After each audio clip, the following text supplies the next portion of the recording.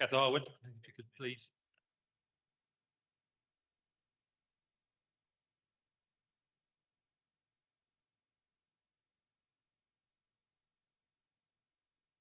Okay. Evening all. I'm Councillor Wilby, the Chairman of the Planning Committee, and I'm pleased to welcome you to this meeting of the committee.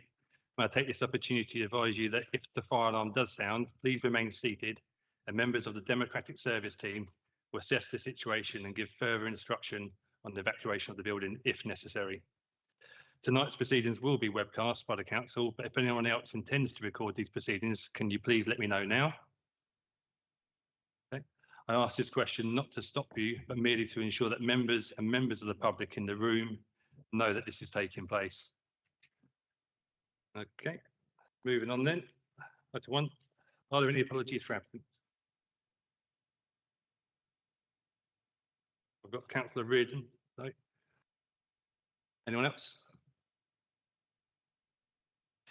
I'm substituting for Councillor Jeffrey for the first two items.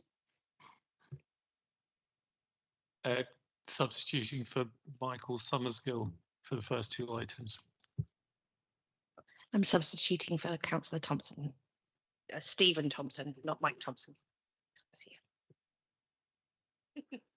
Thank you, Chair. Substituting for Councillor Harwood on the first two items on the revised running order. And I believe Councillor Cox is absent for the first two items due to her involvement with the Cabinet. So, Councillor Russell. Sorry, I didn't know we'd made it to 2 yet. I'm substituting for Councillor Reardon. Thank you. Councillor Russell. Thank you, Councillor Russell. Right, they'll cover two at the same time. Thank you. Moving on, item 3, visiting members. If you'd like just to come towards the mic and actually say what items you wish to speak on. Councillor Jones, it's number 6 in the running order, land north east of Redwood Glade.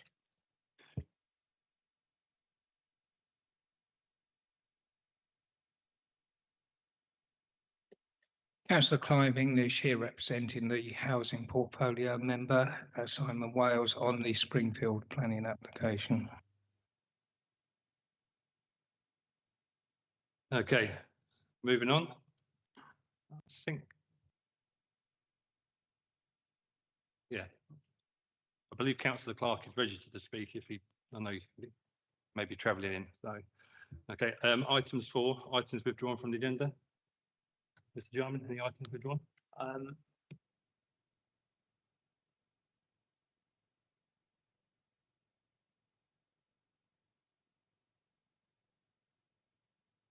And that is item 20 relating to Horns Lodge. Correct. Yep.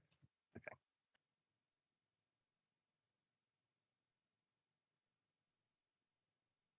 Item 5, date of adjourned meeting. Hopefully we won't have to use this, but if the debate does go on tonight, we actually will, around the 9 o'clock period, we will make an evaluation of how far we've got. And if we're not through the first few 2 or 3 items, we will be adjourning. Okay. But that is on next Thursday. Moving on to item 6, urgent items.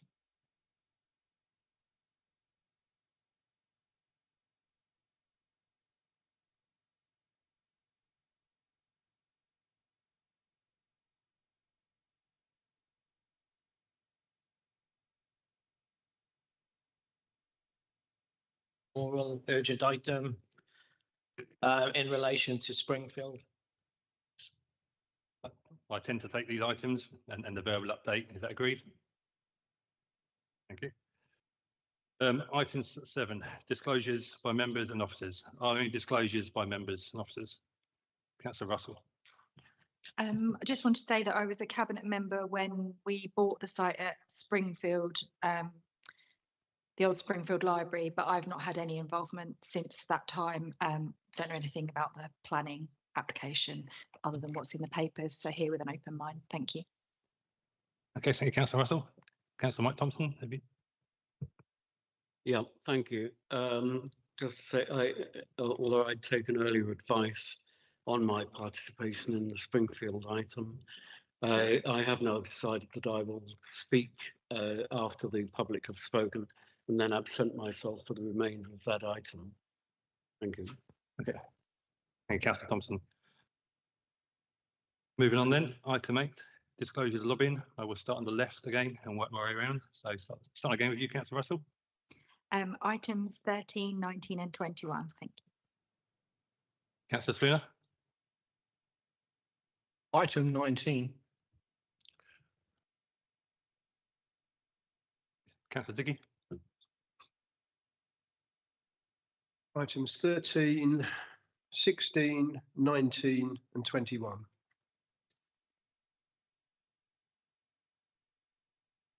Thirteen, 14, 16 and 21, Chairman.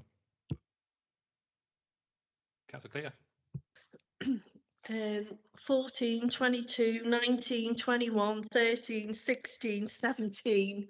Probably quicker to have read out the ones I hadn't been lobbied on, but never mind.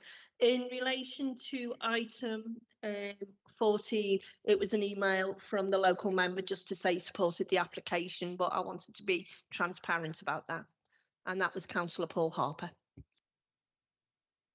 thank you, Councillor. Councillor Nagy, 14, 16, 19 and 21. Councillor Field, No lobbying.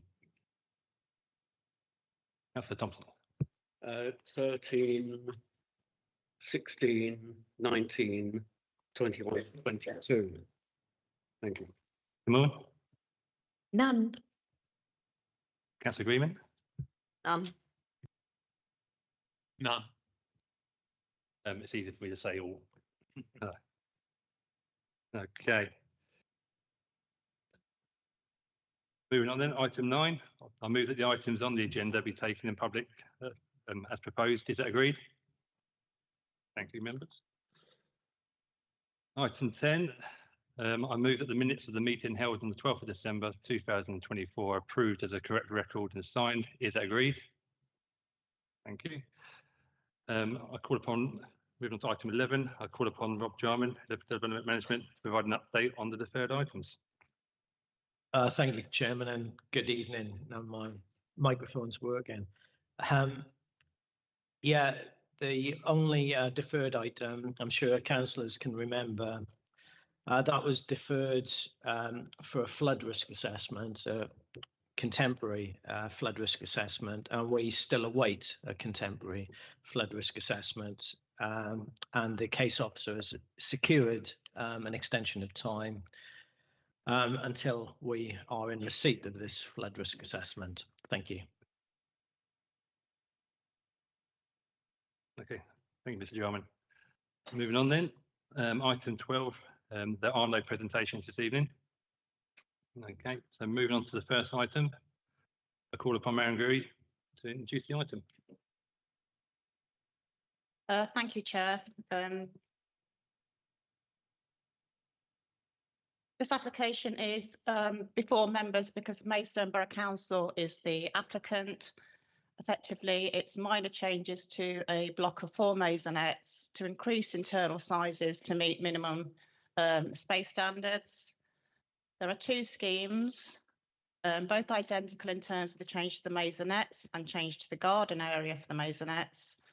One of them retains 5 parking spaces as approved, and the other alternative scheme replaces 3 of those spaces and has more greenery.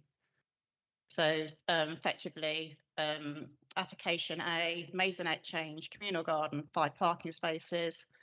Application B, maisonette change, communal garden, and only 2 parking spaces. Recommending approval for both schemes with conditions on low carbon energy and water saving.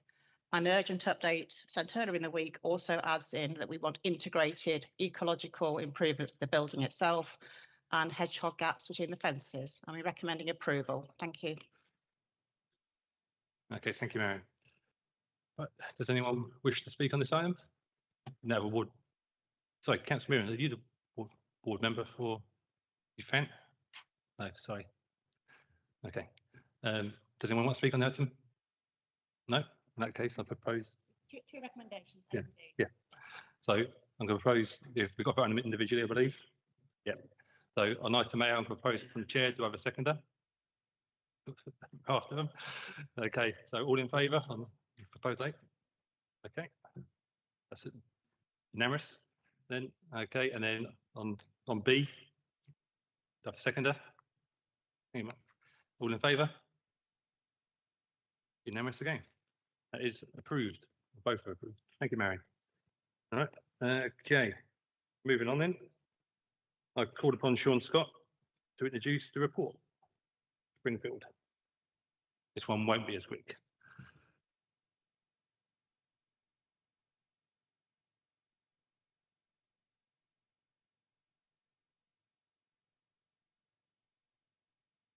Thank you, Chair. Right, so this is an application for full planning permission at the former Springfield Library site in Maidstone. The proposal is for the erection of 2 residential blocks comprising 103 units under use class C3. The northernmost block is Block A, which is a tiered 2, 4 and 5-storey block. This contains 31 units. Block B lies to the south and is a tiered 6, 8 and 10-storey block. This contains 72 units. The proposal also comprises a 68 car parking spaces and associated landscaping.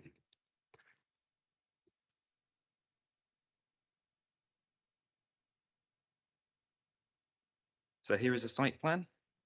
As you can see from the site location plan, the site is located in a largely residential area. Lower rise development in the form of 2-storey dwellings is located to the north, with flatted developments emerging further south, with Guinevere Point being the tallest, and this is rises to 18 stories. Over to the west is Springfield Mansion, which is a Grade 2 listed building. Here are some photos of the site looking west, showing Bambridge Court and Springfield Mansion. This is the site looking northwards towards the Radnor Close development, and then here is the site looking from an internal view of the site, showing Guinevere Point to the south, and then the where the trees are here. This is looking northwards from outside of the site. And here's a view east from within the site, and then on the other side of that, from the western side on Chatham Road, is this area here, showing the landscaping on the outside with the hoarding of the site here. This is a proposed site layout, and in the report there is on page 184 there's a clearer image of this. As you can see, the site has some clear permeability running through it. So you have a central plaza which connects the site from east to west. You also have connections running to the south here. This site plan also shows retained trees, future enhancements to tree planting, as well as the car parking, surface level car parking. However, the majority of that is within the basement. The most accessible parking is here for blue badge holders. I've also got some illustrations of the site. These are computer generated images. This is the site from looking from the north towards Guinevere Point here. Here's a higher view of that. And then this is looking the other way on Radnor Close. And then this is a view from Chatham Road into the site, and that's the main plaza running through here with the landscaping. And that completes the presentation. Thank you. Okay, thank you. Okay, so I have a few people to speak on this. So first of all, Councillor Ian Chitton.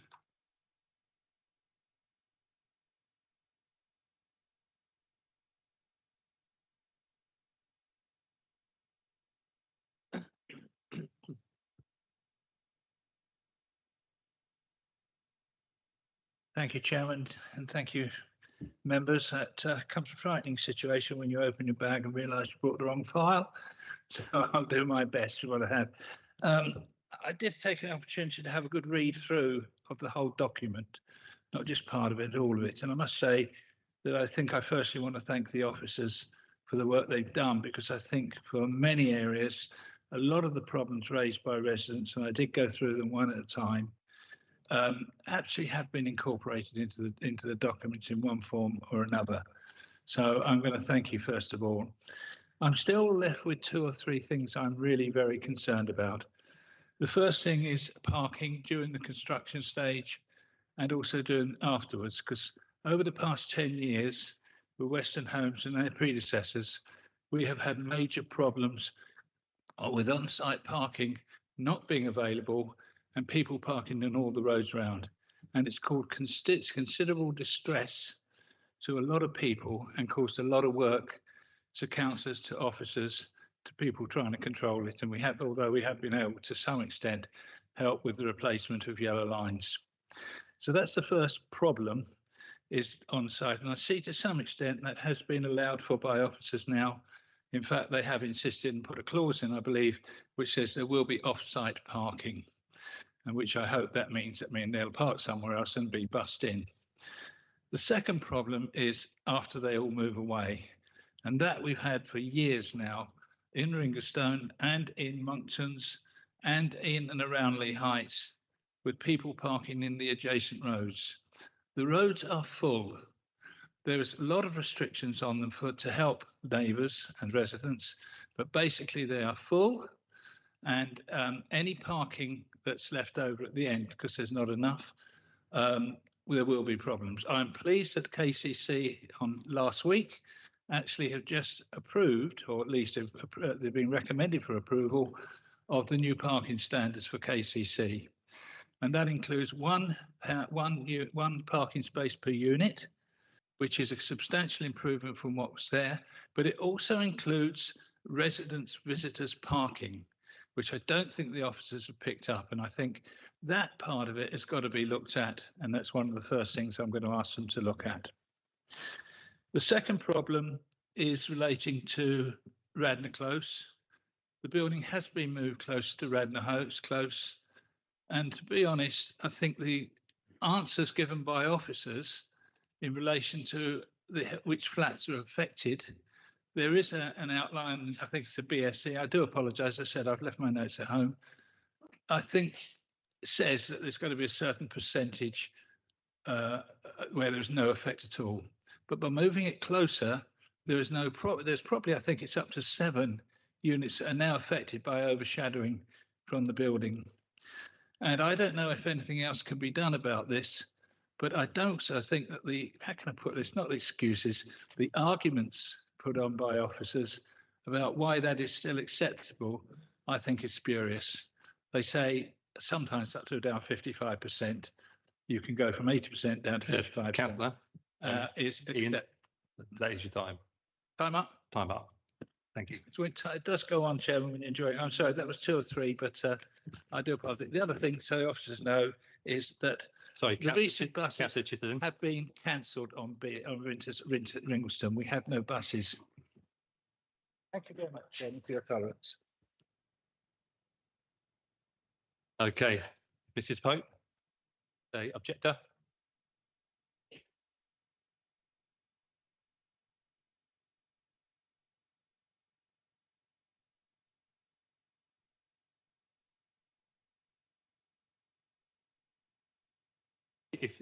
If you just want to push the button in the middle. You can't hear me. Sorry.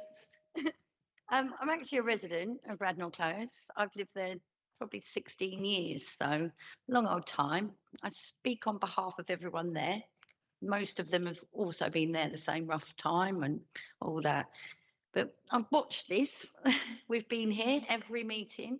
We've never had really an issue, but this issue with these flats, I've watched my parking.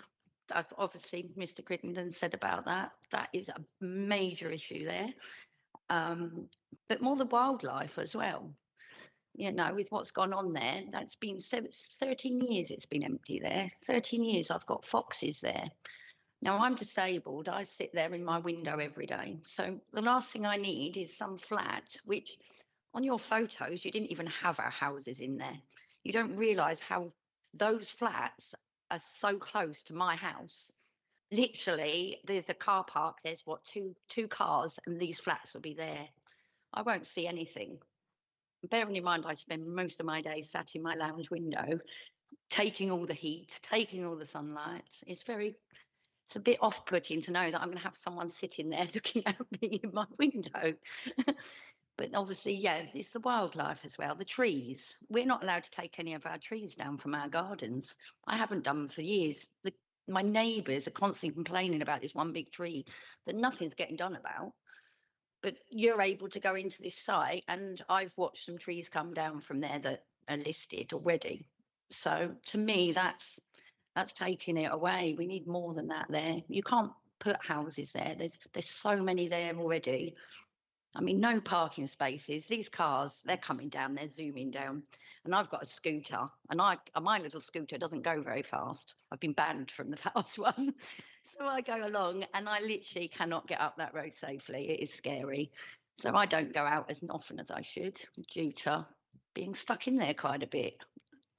But yeah, we just need our point put across. There's loads more that we could say about it. But obviously these flats right opposite me, looking in my front room and taking my sunlight, taking my wildlife and things like that, it's just silly, really.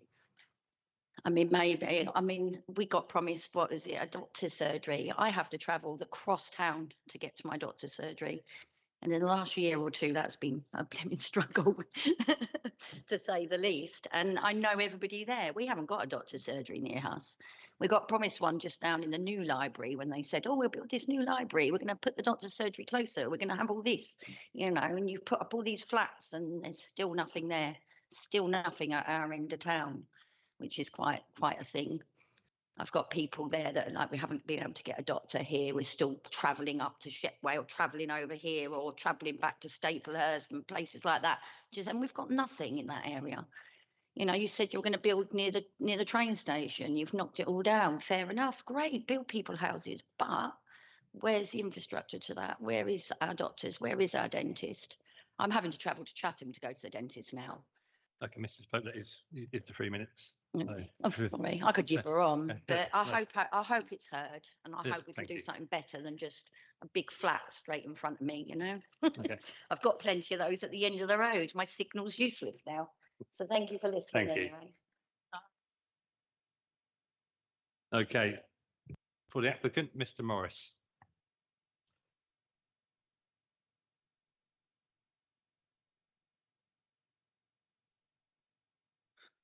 Good evening, Chair and members, and thank you for allowing me to speak in support of this application. My name is Philip Morris. I'm the Head of New Business for Maidstone Borough Council and responsible for the delivery of the Council House Building Programme, and have been leading this application. This scheme, if approved tonight, will deliver 10% of the homes required to fulfil our ambition for our ambitious Council House Building Programme for 1,000 council homes.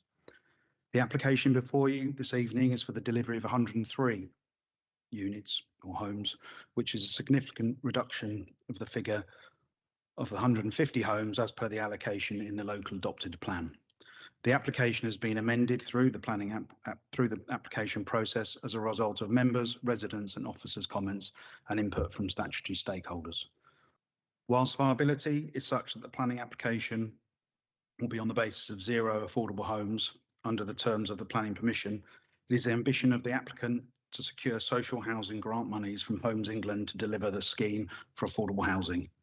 The applicant will be entering into a separate memorandum of understanding to secure this grant from Homes England. Members may recall that a similar arrangement was sought in respect of affordable housing on the recently approved Maidstone East site, and I'm pleased to say that this document is now signed, sealed by both parties, and this will be a replication of that application. The site is constrained due to the number of trees around the boundary, a nearby listed building and access.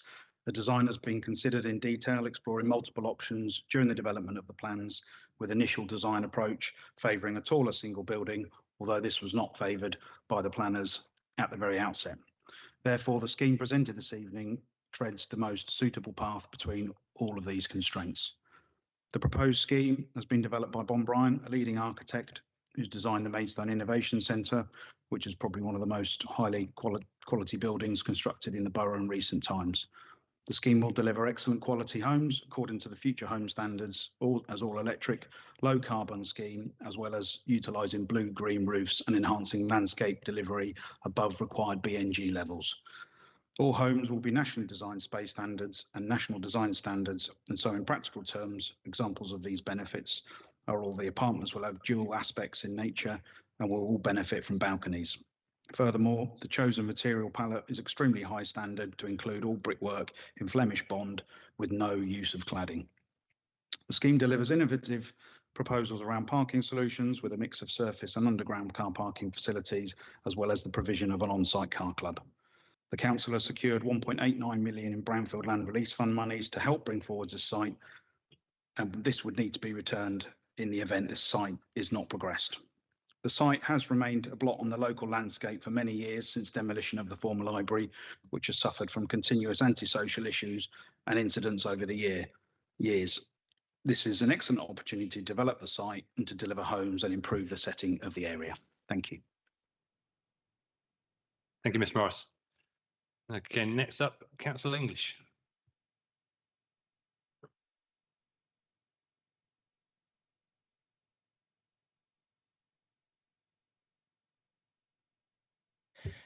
Good evening, Mr. Chairman, members, officers.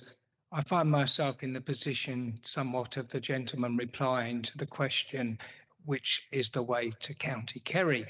I wouldn't start from here, sir. We are, however, if I had a blank sheet of paper, this would be a different planning application. However, we don't. We have a local plan allocation and we have contractual agreements, which mean that Borough Council's room for manoeuvre on this is really, really restricted. Having said that, there are a lot of things we can do in relation to the detail in terms of construction, traffic management. There have already been some actions. We can take more if need be. In terms of many of the conditions, we can go further, I think.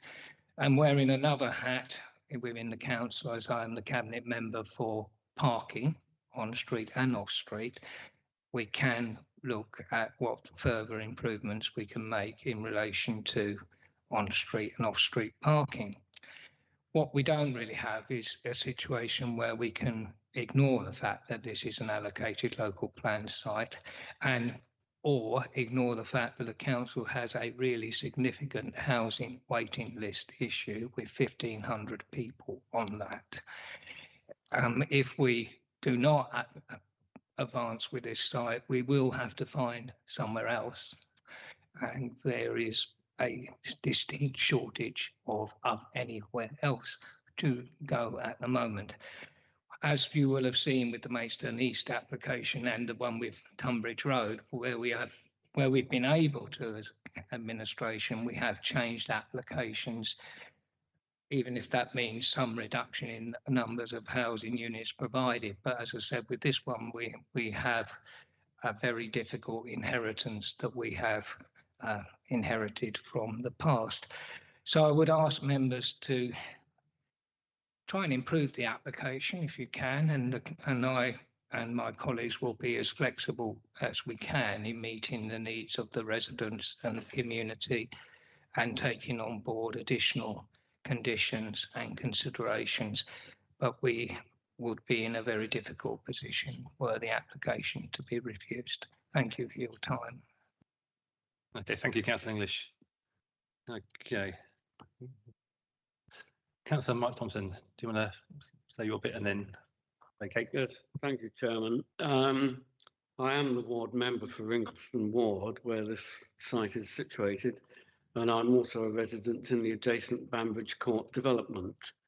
As a member of the Planning Committee, I confirm I'm not predetermined, but in order to avoid any doubt and confusion about this, I intend to absent myself from the ensuing debate once I've finished my little say. I've had an association with the Springfield site for much of my life, From my teenage years, when as a sixth former at an esteemed local school, I used to visit the library. Through 30 years of working for KCC, much of it actually based at Springfield, to the present day and the last 6 years when I've lived in my flat at Lee Heights. Virtually all of the KCC development of the site is now gone, to be replaced over a period of some years by the current residential development. The last part of that jigsaw is the former library site, so in many ways it does make sense for that finally to be developed. Its present semi-derelict state is certainly not something that I imagine anyone would want to see prolonged more than it has to be. While I'm prepared to concede the principle of development on the site, I'm also keen to seek to ensure that there is maximum mitigation of its impact. Having said that, I do hope that members of the Planning Committee will seriously consider the very real concerns expressed by local residents about the impact on their lives, including particularly the impact on the adjacent properties in Radnor Close, where a number of units will be overshadowed by the new block close to them. For me, a major impact is what is proposed for car parking. For my own professional activities, I'm familiar with the notion that car ownership and use can and indeed should be discouraged by tightening up on the provision of parking spaces. However, I cannot believe that if a development here goes ahead with a parking ratio of less than 1 space per unit, there will be anything other in the immediate future than yet further pressure on the roads surrounding the development, which is already severe. The statement earlier that there was ample parking available at the adjacent Banbridge Court failed to take account of the fact that this is all private parking controlled by the management company through allocation of permits to individual apartments. My other main concern is the impact on residents during the construction phase, which is bound to be significant. I would hope and indeed strongly urge that the maximum possible mitigation be required on this point. In summary, while some improvements have been made, I do ask that you should review the parking problems again and the overshadowing caused by bringing the blocks closer to Radnor. Thank you very much, Chairman. Thank you, Councillor. I'll just wait for Councillor Thompson to leave and I'll open the floor.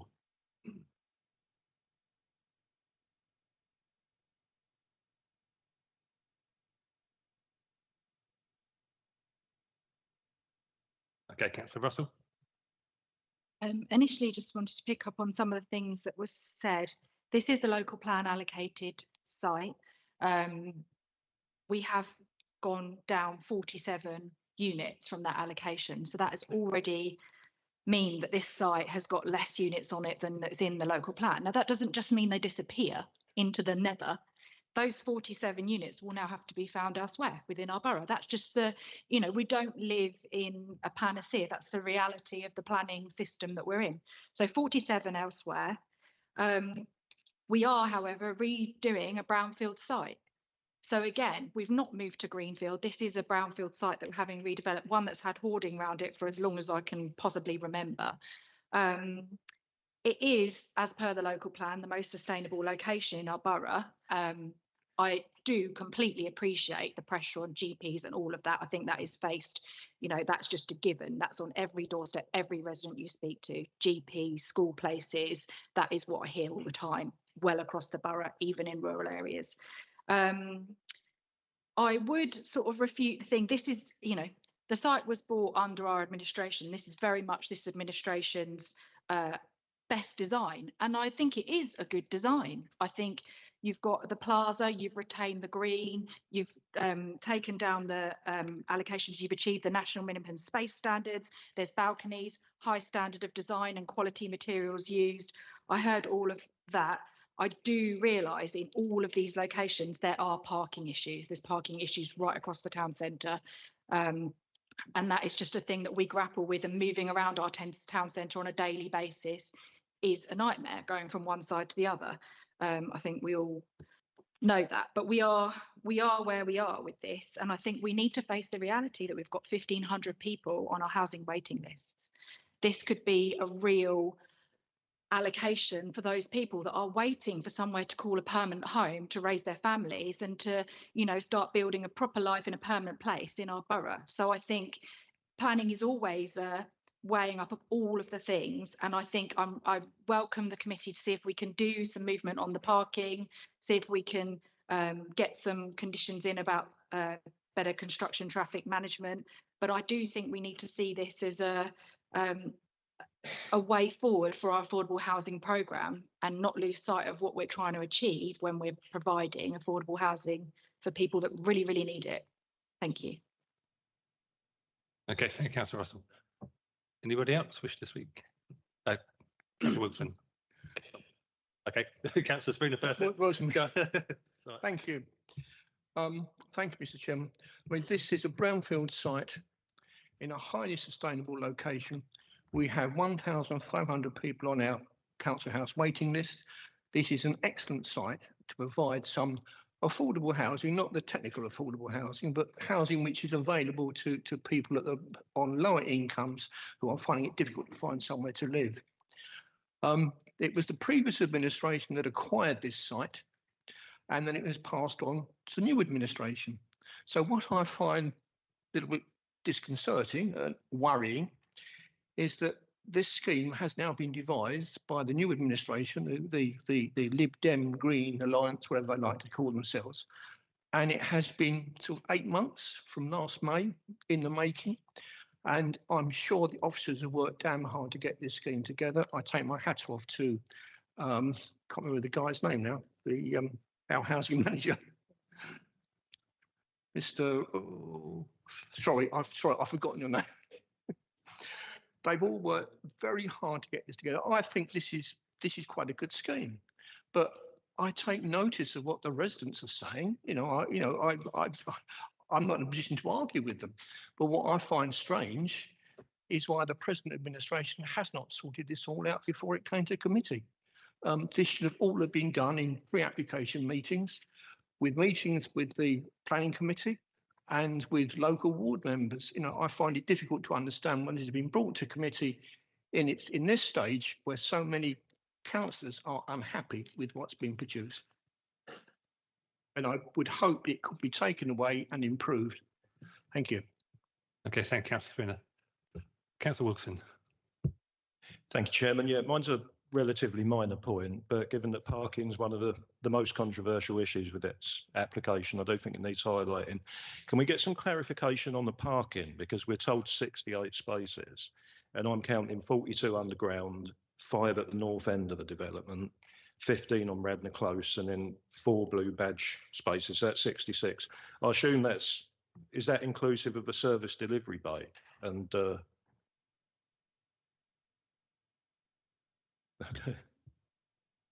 Is that all your questions? Have you got more? Okay. I'll just let Councillor Cleater and then. Yeah, thank you, Chairman. Probably should have declared this, but it was over 30 odd years ago. But I actually used to work at Springfield. It's a brownfield site. The area to the side of it used to be parking for the library wagons. It was originally concreted over. But I would also say, because I was the union rep there, parking has always been a problem there. We used to get loads of complaints about staff not being able to park.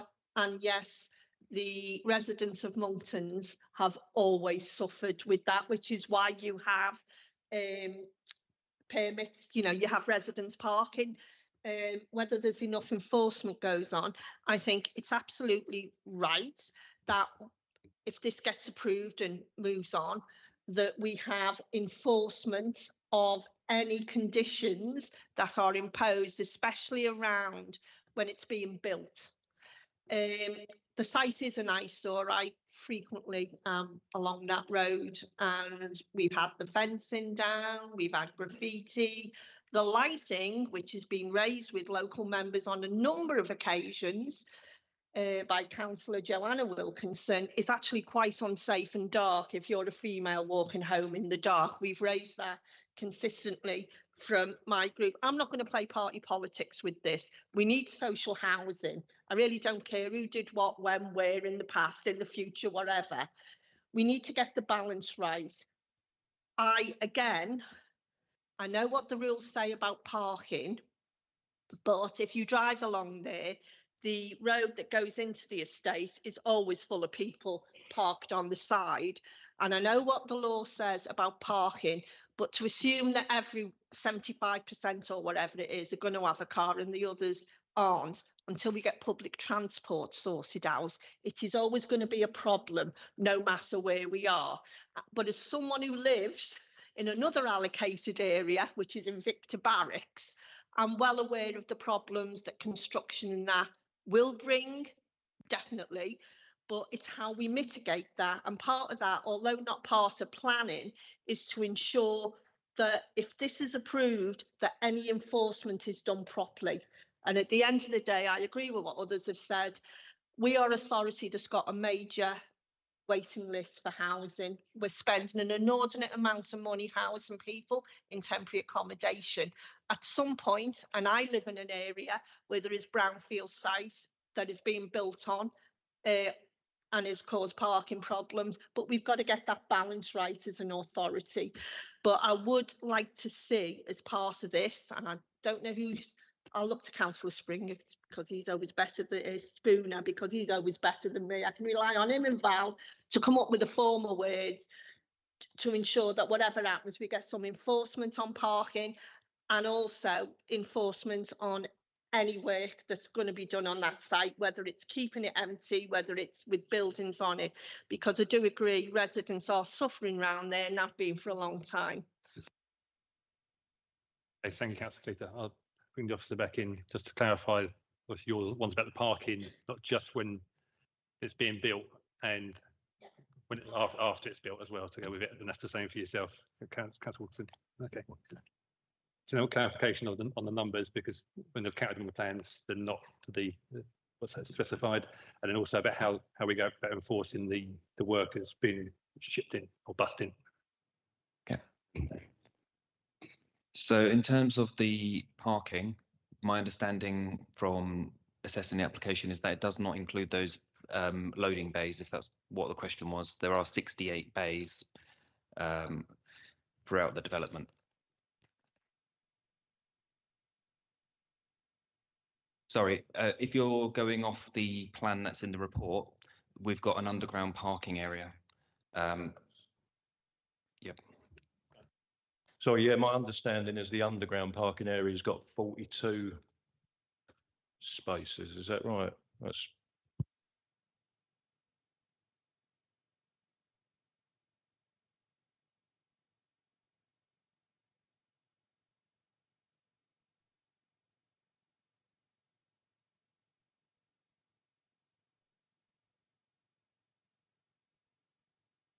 sorry, 6.14 on page 155. Underground parking is 42 spaces. And then I've got 15 spaces on Radnor Close, 4 blue badge spaces, and 5 at the north end of the development. So I've got that as 66. So I don't know where the other 2 spaces would come from. So there's a row of parking as well by the entrance off Radmore Close down to there's 5 there, I believe.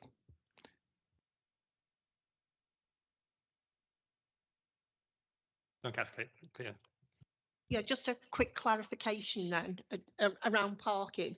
So when these parking, whatever, proposed, is that going to be residence parking that we're responsible for enforcement? That clarification would be useful, or whether it's going to be the private ones. I personally would have preferred it to be ours, to be quite honest, because the charges are more reasonable. But if we could have that clarification, because I know when it's in shared blocks, that's when the argy-bargy usually starts on parking, as my inbox frequently tells me. So you're asking if the parking spaces are allocated parking spaces and they're going to be enforced, yes? If they're allocated, and if it will be our Maidstone Borough parking enforcement team, if you like, that will be enforcing it. So I have put on a condition parking management, and those details will be provided as part of the conditions details that come forward. Councillor Cleaver, you catch that? Sorry, I'm County Park. Sorry, could you just repeat that? I do apologise. Yes, there is a management plan. So the parking management plan is part of the condition. And I'm sure the residents of Monkton's Avenue would very much welcome any additional enforcement that they can have as well at the same time. Okay, I think also we've got to cover off how's the enforcement for the workers. And there's reference about them coming in. Yeah. So if you just clarify that, please. Yep. So just to be very clear, it is we'll regard this as a private development. It's got its own parking management. It's not the council's car parking team that would come out and enforce parking on this site. In terms of the construction management, there are two conditions in here. There's a construction management plan, and there's also the code of construction practice. And within that, there's supposed to be provision of off-road parking for all site operatives. Okay, thank you. And that's condition 31 if anyone needs to review that. Okay, Councillor Field. Thank you, Chair. I think I would agree with councillors that that we do need to recognise that this is reflective of the requirements of the local plan, and so on and so forth. However, I don't think we can get away from the fact that it is a contentious application. I'd like to thank the lady who spoke on behalf of local residents for describing the concerns of her and her neighbours. I think it's absolutely critical that when we take on developments like this as a borough council, that we exemplify the best practice as a developer. So I would encourage cabinet members and officers, both in the construction phase and post, to exercise diligently on behalf of the existing residents of Ringleston the enforcement powers that we have. So that would include from planning enforcement around the activities of the construction workers and how they are adhering to or not the parking strategy for the development, and for our own parking enforcement to ensure that the residents' parking perhaps gets increased attention. I note in representations there are concerns about the suitability of the replacement trees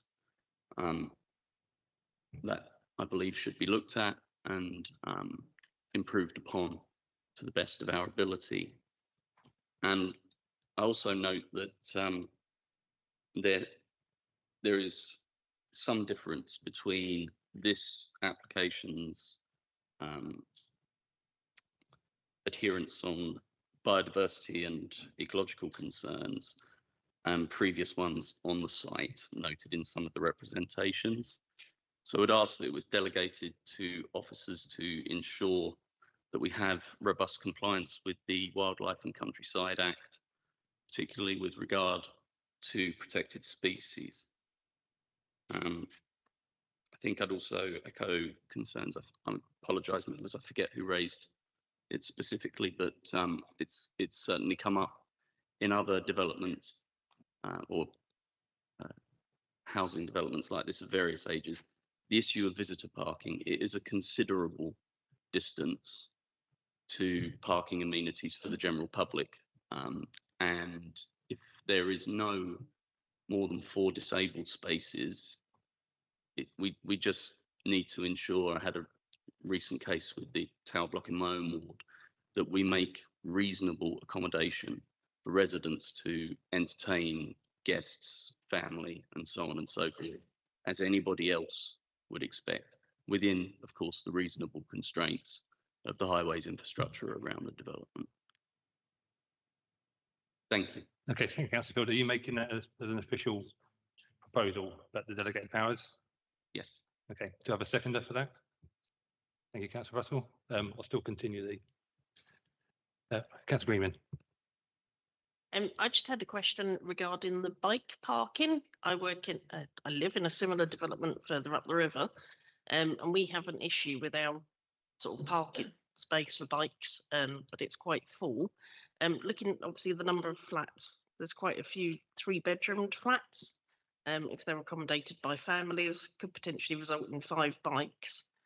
So I was thinking 142 spaces for the whole development. Just if we're trying to encourage people, obviously it's town centre, to cycle, if this is really enough spaces.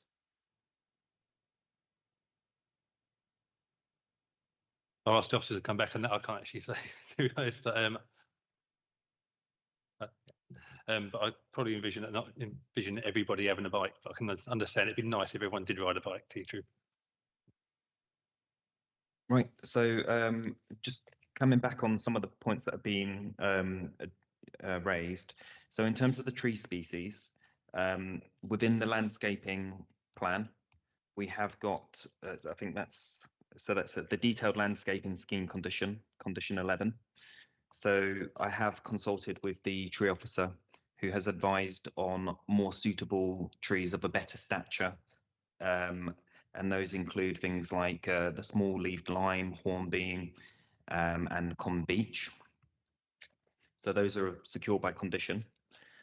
And then in terms of the Wildlife and Countryside Act, I do have a condition to recommend changes to a condition. So that's condition 34, where I'm seeking to include measures to integrate integral niches for biodiversity within the buildings, such as swift or back bricks, demonstration of wildlife-friendly drainage infrastructure, gaps for wildlife within any proposed boundary fences, and then measures to ensure the protection of protected species, including the trapping and translocation of Schedule 5 reptiles. So I'd like to include that within condition 34. In regards to the bike parking, there are 147 spaces, as you've mentioned, and I consider that to be a generous allocation for this development. Councillor Russell. It was just a quick one, having another read through condition 31 with the Code of Construction Practice. Where it's number C and it says measures to minimise noise generated by the construction process. I've had it before in a couple of like centre village locations where they've got the reversing bleepers on the construction machinery. That is actually really annoying for all of the residents in the nearby locality. And it's much, much better if they have the directional white noise reversers. The noise just doesn't travel as far, but there's people on site are still safe. So I just wondered, can we just put in there to include like white noise instead of the bleeping that's going to go on between 8 AM and 1 PM on a Saturday. So it will be a lot quieter for the surrounding when the construction's on. It's an unreasonable request. Yeah. Okay. Yeah, I don't think that's going to be an issue. And Mr. Jarman's going to come back in a minute. I'm just going to see if there's anybody else who wishes to speak. Councillor Nagy.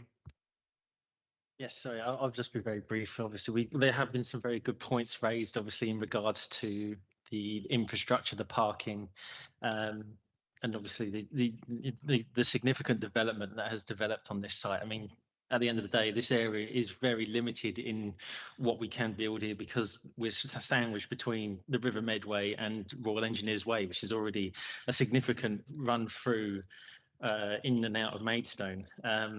And again, looking at the surrounding development, it just seems to be very packed in comparison to what we have. And based on the fact that we are limited on the conditions that we picked up with this site has made it quite hard to obviously limited the options on what we can and can't do on the site. I must admit, I do find it a bit frustrating that we pick these sites up with pre-existing conditions so that at the time of purchase we can put these agreements into place, but when they come into scrutiny and development over time, we are then trapped by these proposals. And again, looking at how close these sites are being put into the already existing properties, I totally understand the residents' concerns in regards to that, especially with the the spaghetti highway we have of all the roads that run around here. Again, parking is a very crucial part of any development, and in such an overpopulated area with the busy highway that runs alongside of it. I do agree with all the statements that were made earlier that we should be on top of making sure that we do what we can to support the enforcement and review of that particular site, because I don't think we can really do much more in this area without really having a significant impact on the lives of the people that already live here. So ultimately, I understand that we have a housing crisis. I understand we have 1,500 people waiting on the list. Councillor Nagy, can I just ask Sorry, you yeah. to make your point? At the end of the day, I understand the process, but it is frustrating that we get stuck with these sort of things, especially when we have the opportunity to review them. So yeah, thank you. Nagy, Mr. Jarman. Yeah, thanks, Chairman. I was just going to sweep up a number of points. Just factually, as I understand it, the application was submitted in November 2023. Is that correct? Thanks.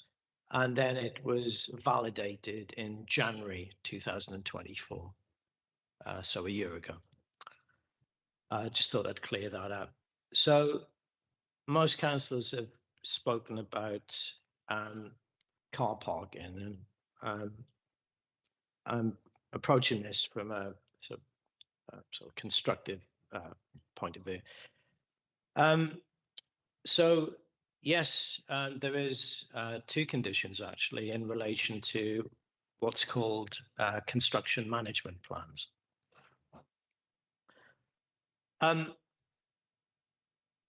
In terms of technical detail, we don't have a specific policy on construction management plans. However, as Councillor English pointed out, the basic fact here is that Maidstone Borough Council are the applicant, and dare I say it, there are likely to be issues. There always are on major sites with construction workers. So I would suggest, as part of a positive recommendation, that a member officer, and not just planning officers, but parking services, for instance, a sort of holistic approach is taken, that a management group is set up to make sure that, you know, we manage this development as best we can. And that means local members acting as a conduit in terms of communication with local residents. Again, keep name checking Councillor English actually. As Councillor Clearter said, I noticed on the slip road, double yellow lines have gone in, but that's meant that there's nose to tail car parking closer to town. In fact, when I was there the other night, people were parking opposite the bus shelter. So there is the risk that there will be greater parking problems. So there may be, the applicant has done a lot in terms of mitigation, which is covered by heads of terms, but there is still a risk that the parking problem will spread to a wider area, i.e. people will park further away from where they live. But as Councillor English pointed out, we are in control of parking. It's within our gift. So I think it would be expedient for us as a council to review the situation and to see, you know, whether or not, and hopefully they will work, the mitigation proposed. But if it doesn't, I think we need to review the parking controls, particularly in the Ringleston estate. That's not a planning matter, but it's, you know, it is within the gift of the council. And as Sean has pointed out, we've got conditions requiring more tree planting. Sean's set out the species as well. Also, as Sean has pointed out, there's biodiversity improvement conditions proposed. There's been some concern in terms of the details of the solar panels, so that's covered, and also the relationship between the solar panels and the green roofs. So that is all covered by condition. So, thank you. Okay, thank you, Councillor Jarman. I think, Councillor Field, come quickly back. I just had a brief question regarding the travel plan and cycling. Forgive me if it should have been clear to me, but it's not. Is there permeability for the purpose of cycling on the riverside through the other existing developments? Or will residents be required to use Royal Engineers Way? And is there an opportunity for a quiet cycling route as part of the process? I believe from what has just been said, we don't know the answer, but we can put that as an informative. Obviously, can't make a condition, but we could put that as an informative to seek that route. Yeah. There's definitely path access. Yes. So it's whether it's official, but there is path access. Okay, down to the river. It is official. So we could presumably work with the Highways Authority to designate it potentially, or as a route. I think that's a step too far. It's a path. It's really a path. It's open to the public as it is, but we can't. It's not a cycle route. If that's what you're getting at, Councillor Field. Yeah. Okay. So I know you proposed with your amendment, and did you second it, Councillor Russell? But we had some extra stuff added on to that. Are you both happy to take those extra comments that have been made about the biodiversity, the tree species, and the setup of the management plan, management team group? Translocation, etc. Yeah, translation, etc. I am, yes. Okay, Councillor Russell? Okay, so we've got a proposer, we've got a seconder. I'm going to move to the vote, unless anyone else wants to bring something urgent in. Okay, all in favour? Okay. That's 10-4. Those against? Any abstentions? One abstention. Thank you, that is passed.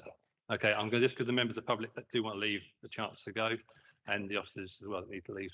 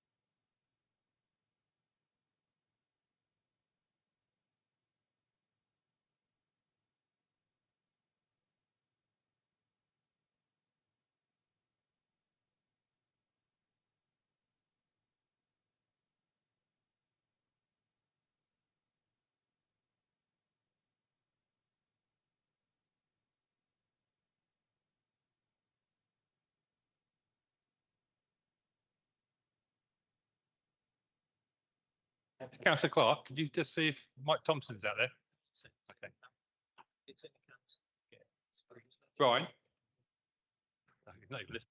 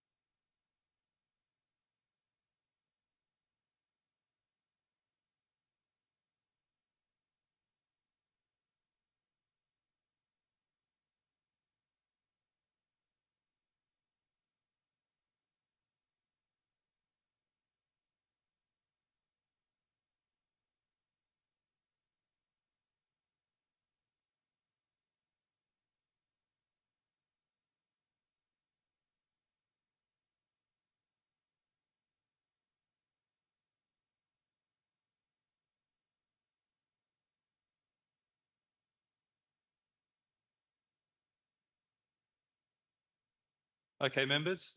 So we've had some returning members come back, so I'm going to have to ask you for disclosures and lobbying. So I'll start with you, Councillor Cox. No disclosures. And in terms of lobbying, I've been lobbied on number 13, 16, 19, 21. Yes, thank you. Councillor Summersgill. Disclosure, I'm a member of Marden Parish Council and I was in a meeting when item 13 was discussed, but I took no part in the decision making and will remain making my decision tonight. Lobbying on items 13, 16, 19 and 21.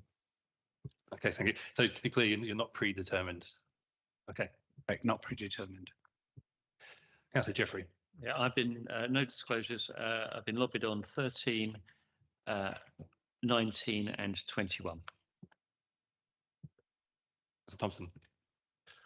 Good evening. I don't have any disclosures. I have been lobbied on item 13. I am the ward member for Boxley Downs and therefore with relationship to item 15, I have not been lobbied. I'm not predetermined on the subject. I've not received anything other than information about the application. I've been lobbied on item 19. Thank you, Councillor. Councillor Harwood.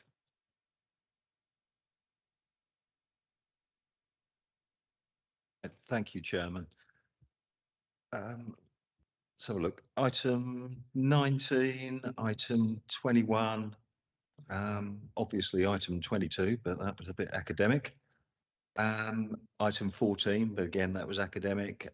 Item 15 and item 16. Sorry for going reverse service. Okay, sorry. Thank you, Councillor Harwood. Councillor Jeffrey. Sorry, I've missed out. I have been lobbied on 15. Thank you, Councillor. I now see Councillor Clark in the audience. Are you still wishing to speak? Do you want to tell us which item? I know it's the next item. But...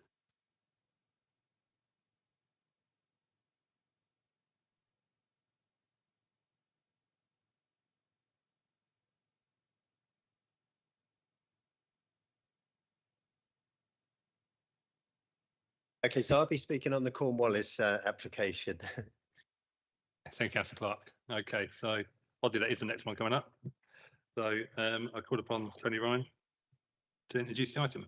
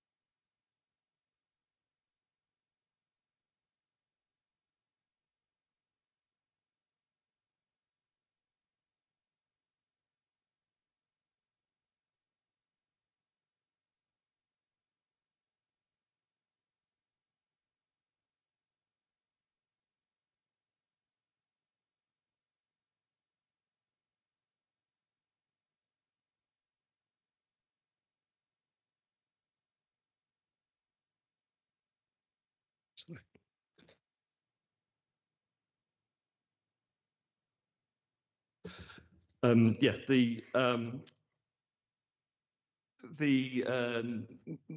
no whistle policy doesn't ban whistles. It only relates to the use of the sports pitch outside normal office hours, and the no whistle policy didn't cover the other sports pitches next to the artificial pitch. An assessment of the conclusions reached by the council's environmental health officer are set out in paragraphs 611 to 613 on page 110 of the officer report, and with the differences relating to the starting position of that assessment, i.e. that the planning assessment is based on the existing playing fields used as much as they actually can be. The requirement for no whistle policy was found to be impractical, and it's concluded that the policy fails legal tests in terms of being necessary, reasonable, enforceable, and precise. With the benefit of evidence from real-life background survey information, the applicant's acoustic consultant, who originally recommended no whistle policy, is now advising that the no whistle policy is no longer required. The comments and the consultation's responses relating to noise nuisance have been assessed, as set out in paragraph 616 to 611 on page 111 of the officer report. Investigation of noise complaints by the council is done outside the planning system, and that there have been complaints in terms of the use of the pitch, but there's been no evidence to justify action in terms of that noise. The officer recommendation is to approve planning permission with the removal of that no whistle policy. Thank you. Thank you, Mr. Ryan. Okay, we've got Mr. Sanderson for objector.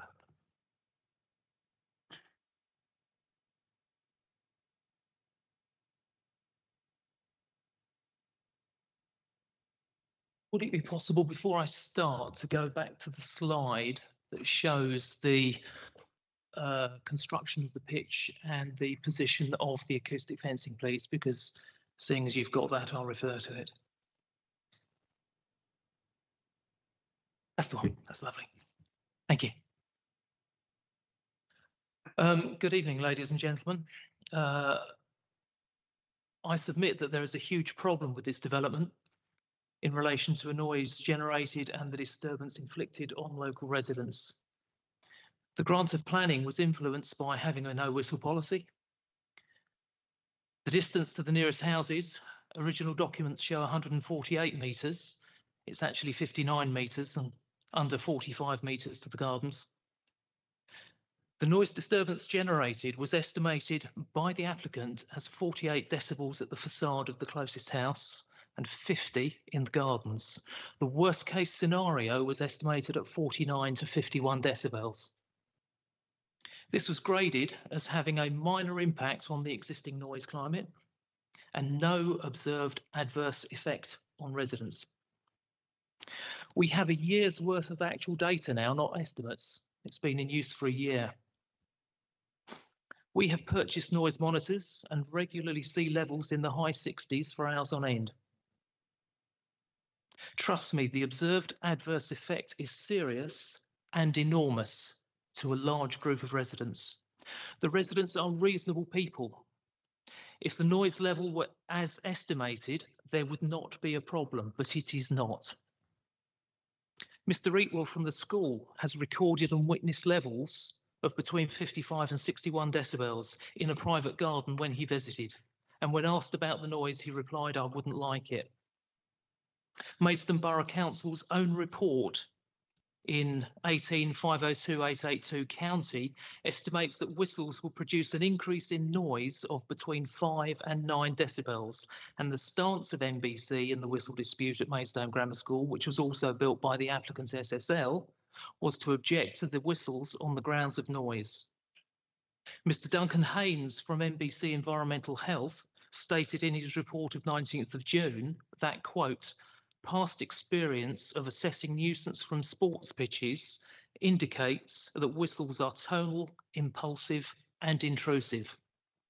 This application wishes to increase the noise levels that are already way above the estimates that were submitted to planning. Mr. Haynes also cast doubt on the accuracy and validity of the submitted noise figures, which were done by the same company. The acoustic barrier is actually not as stated on the picture. In the purple from the north top left corner, it only extends halfway to the goal line. That is incorrect. It says there's more there than there actually is. In the 5 years prior to the development, there were no complaints about football noise, not one. Since its use, there have been over 125 separate complaints to the school and many more to the council. The council environmental health team have refused to come out. We told them we cannot use our gardens. They told us to go inside. Sorry, We Mr. cannot Sanderson. have our windows open. He told us to Mr. keep them Sanderson. closed. That is the 3 minutes. I will not intrude on the 3 minutes. It is a huge, huge disturbance. Thank you for your time. Mr. Sutton for the applicant.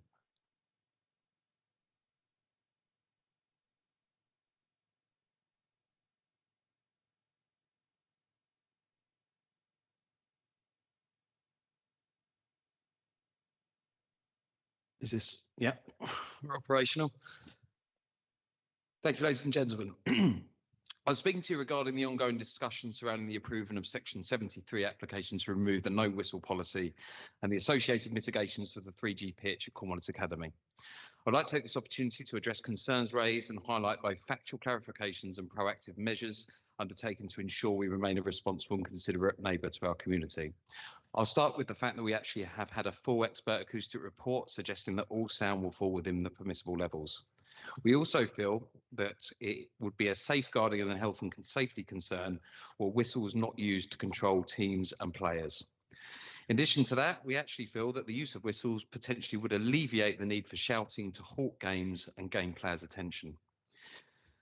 Recent press reports surrounding this matter have not been factually accurate. Specifically, it has been suggested that the 3G pitch replaced long-standing grass pitches that existed previously and were not used. However, it's important to clarify that the area where the 3G pitch is situated has been used as grass pitches that have been used since the school first opened in 1958. Additionally, there's been some confusion about the installation of the acoustic fencing. The acoustic fencing was in place from the first use of the pitch, contrary to the reports that implied otherwise. Furthermore, the no whistle policy was created prior to our addition of this extra mitigation before the 2022 planning application, and the report has never been updated to reflect this improvement. These omissions have unfortunately shaped public perception unfairly, and I encourage the committee to consider these facts when evaluating the policy.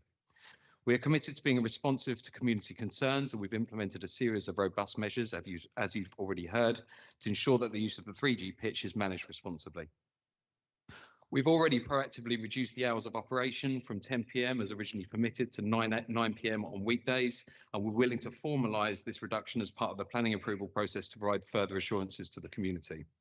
The pitch is not used on bank holidays, bank holiday weekends, ensuring quieter periods for our neighbours during key times of rest. We've installed additional fencing and planted trees to further minimise noise impact and enhance the local environment. A noise monitoring device has been installed to ensure that we remain within acceptable noise parameters at all times. This transparent measure demonstrates our commitment to maintaining exceptional standards.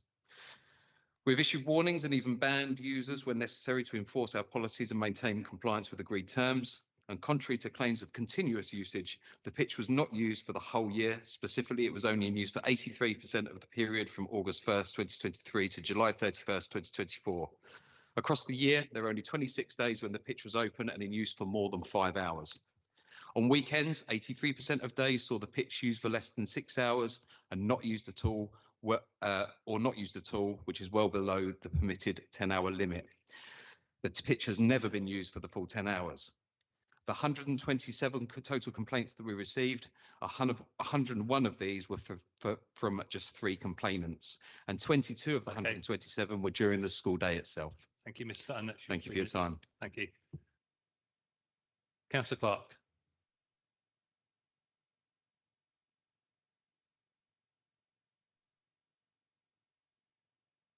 Thank you, Chairman. This application highlights the level of failure in the planning process.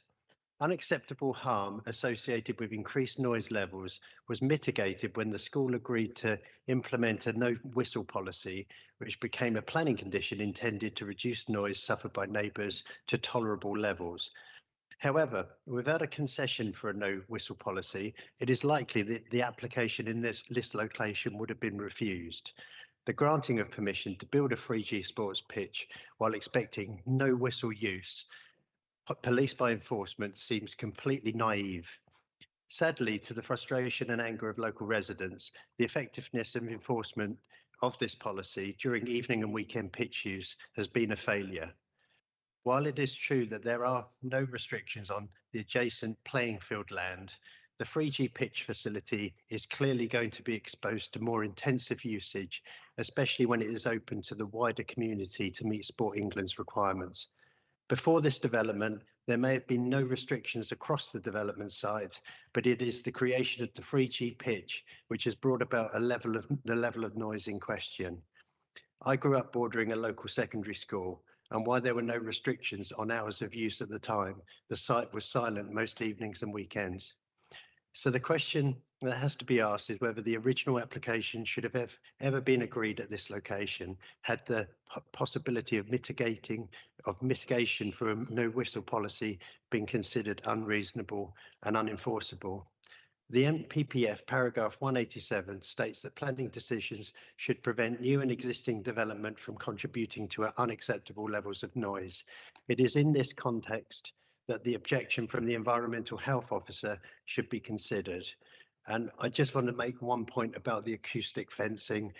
Given that there is a debate about whether or not it does go to that level around the pitch, perhaps that photograph needs to be used as part of the condition to really clarify where that acoustic fencing should be. Okay, thank you, Councillor Clark. I'm just going to bring Mr. Jarman in just to clarify a few things. Yeah, thank you, Chairman. I recognise this is a very high-profile case. That's why I'm just going over a few basics, really, which I'm sure councillors are aware of. But obviously, this is a planning regulatory committee. So the proposal before councillors tonight is what's called a Section 73 application. Section 73 of the Act deals solely with planning conditions.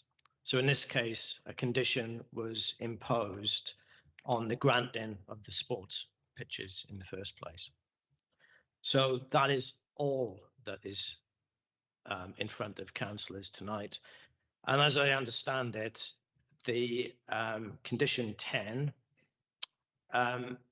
sought to restrict whistling on the sports pitch. I'm just reading from the application proposal. And then in brackets, it says removal of the need for a no whistle policy.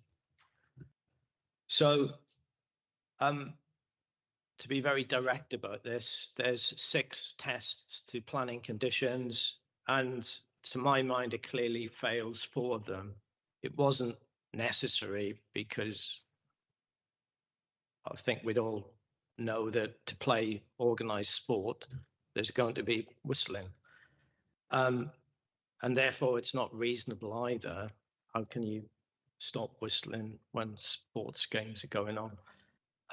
It's not enforceable, and it's not precise because, I'm going to sound pedantic, it doesn't say, you know, to whistle is a verb and a noun.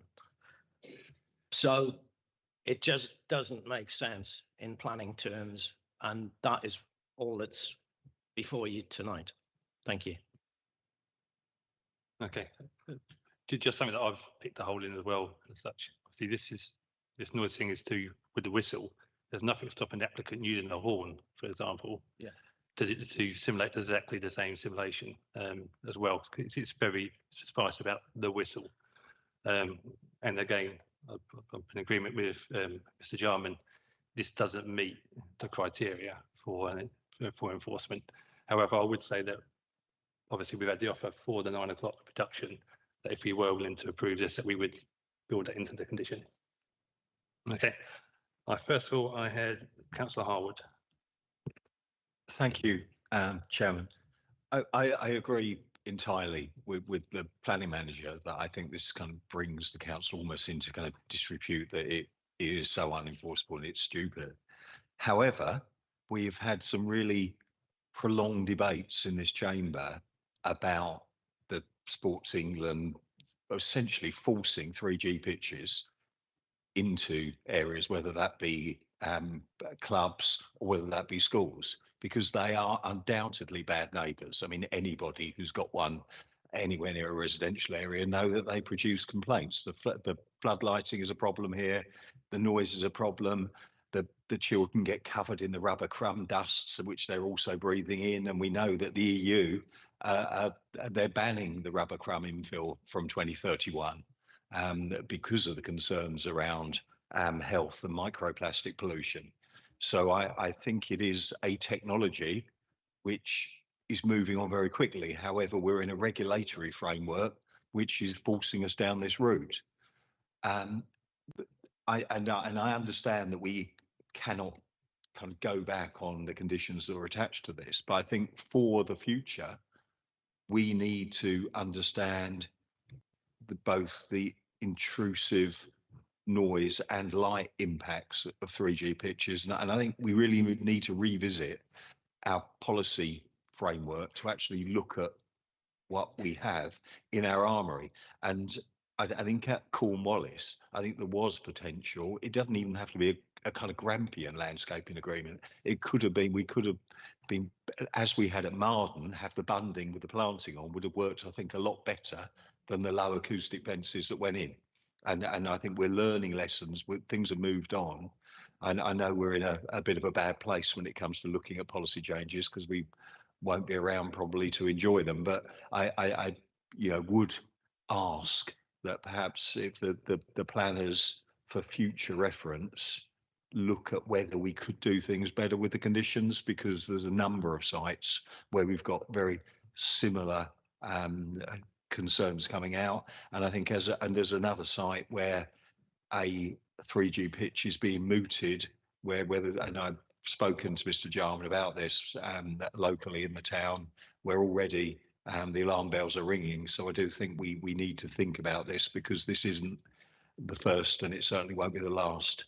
That said, I'm prepared to move as per the papers, because we have no alternative.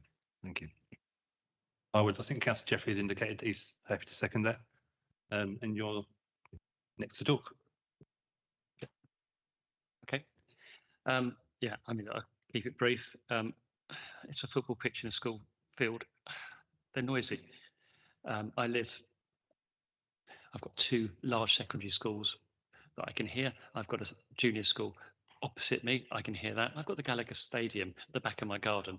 I hear every match. I know what the score is. I can hear the whistles. I kind of, it is a feature of living near this kind of thing. So it's a minor impact. It seems utterly ridiculous that the thing was put in the first place. School fields use whistles. I think I'm really happy to second Councillor Harwood's proposal to go with the recommendations. Okay, thank you, Jeffrey.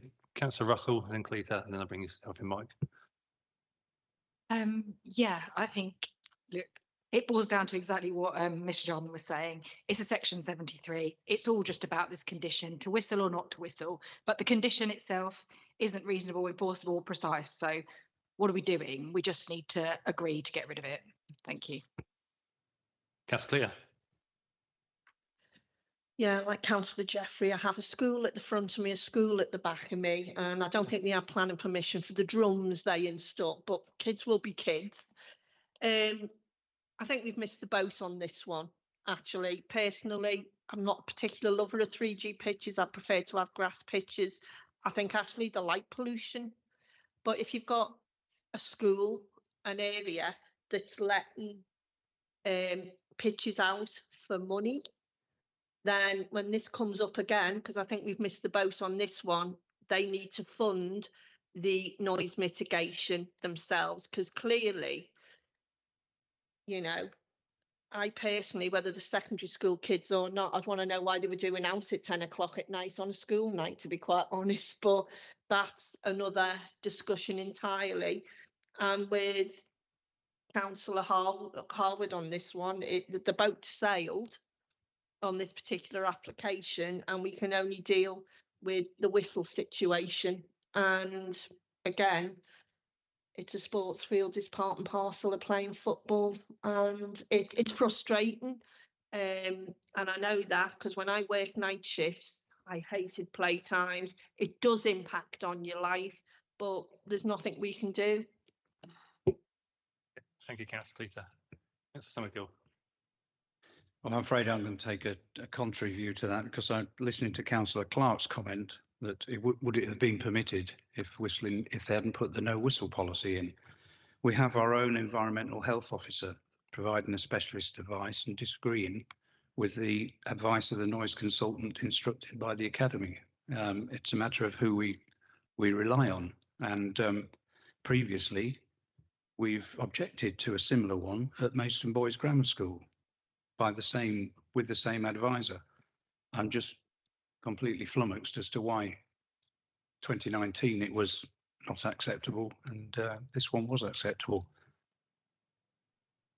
Just going to say, I'm quite sure that Maidstone Grammar School there are plenty of 3D pitches. I think they're actually already Councillor Summersgill, so well, an extra one maybe it's just a case of you've got one too many.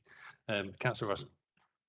Yeah, just can we not just have such a downer on competitive sports and competitive sports in schools and competitive sports till 10 o'clock at night? I'd rather my kids were playing competitive sports than doing some of the other stuff that youngsters get out. And I've got 2 teenagers, so this pitch is here. It's all here. It's working. It's running. It is what it is. It's built as per the Planning Commission. It's just as I come back to, it's just section 73 to get rid to allow the whistling in a competitive sports game. I think we just need to move to the vote. I have got one more councillor indicating to talks, unfortunately. So, but Councillor Thompson. No, unfortunately, that's very wrong with you, Councillor Thompson. But I agree with you, Councillor Russell. Thank you for your thank you for including me, Chair. I entirely take on board our officer's directions about the legal nature of our presence here today. We've had a conversation, Mr. Chairman, previously in this meeting in response to my comments about, I believe the subject of the conversation was acts in good faith. For the record, since we are in the public gaze, and with gratitude to the applicant who's come here this evening to assure us that they have noise monitoring in place, we are in the business, as Councillor Russell has pointed out, of working out how it is that we enfranchise public health, exercise in schools, gainful activities for young people, and so on and so forth, in ways in which those institutions are good neighbours.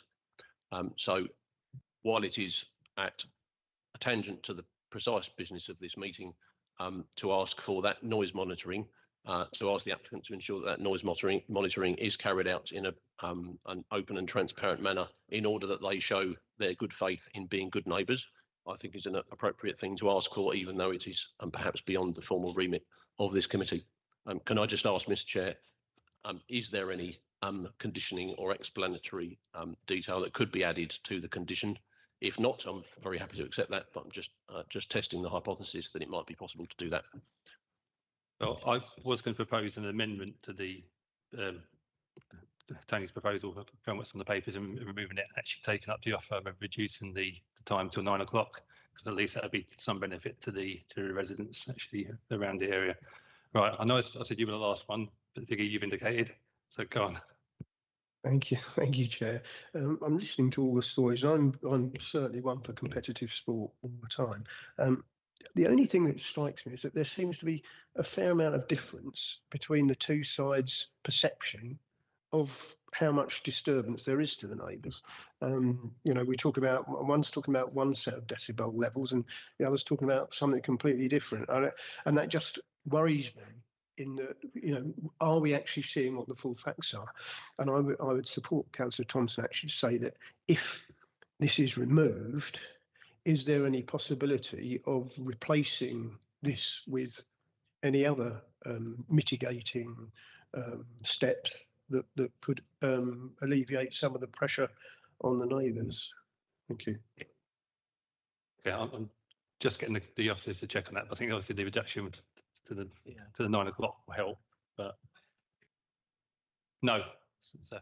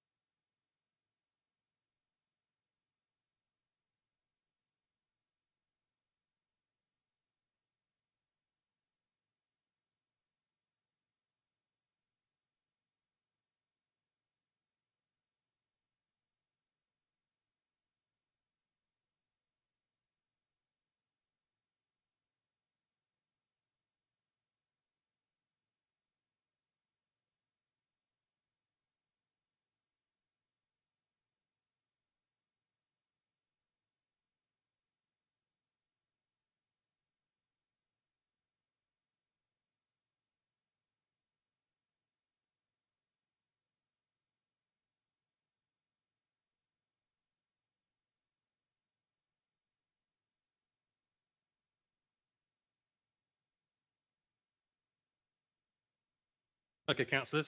So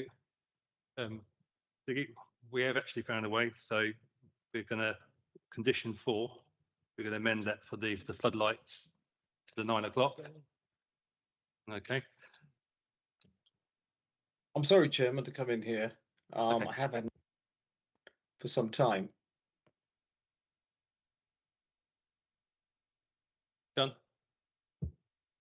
Hello. Done. You can speak. Yeah. Okay. The crux of it all is the condition necessary, reasonable, and enforceable, and legally, all of those criteria remain unsatisfied, and therefore the condition should rightfully be removed. Over and above that, those criteria don't become less don't carry less weight just because you're restricting to 9 o'clock. They're still there. The condition in itself is a condition that does not satisfy the requirements. And in addition, the position is that there is a separate regime of law under the Environmental Protection Act, which covers this noise pollution. So really, the legal position is that the condition, first and foremost, doesn't comply with the criteria laid out in the National Planning Policy. And also, in addition, there is separate criteria, which therefore makes it almost compelling that the condition is removed. And the fact that it is being tinkered with by 9 p.m. curfew doesn't make it any more valid. Sorry, can I just come in there? We're not proposing that we tinker with it. We're going to remove. The proposal is to remove that condition, but within condition 4, the floodlights, reduce that to 9 o'clock. At the moment, it's 10 o'clock. Yes, I mean that can be done. Sorry, I misunderstood, Yes. but that is entirely permissible. Yes. Yeah. Okay. Thank you. Sorry, Go on, when Councillor. you invite someone to speak, can we find out who they are? Because I just heard a Yes, voice. I'm sorry. and I sorry. should have made that clear. I am a late replacement for your normal legal advisor. My name is Surinder Atkar, as appears on the caption there, and I'm a solicitor. Later, I had it whispered in my just brought him in. So okay. So some legal advice there, which I think we will understand anyway. But thank you. Okay, so we're going to, with the proposal, Change condition 4 to floodlights Yeah. at 9 o'clock. Approve as per, because with condition 4 amended, so the floodlights at 9 o'clock. Yeah. And that's it. Okay. Are you happy with that, Tony? Amendment?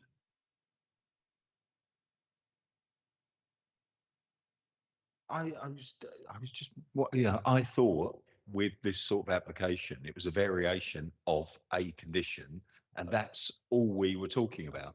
Reopening other conditions, I didn't know whether that was possible, because if we would, then we could say, well, the landscaping needs to be beefed up, was it? The applicant's willing to move on that one. So the applicant's offered that. That's why we're taking it.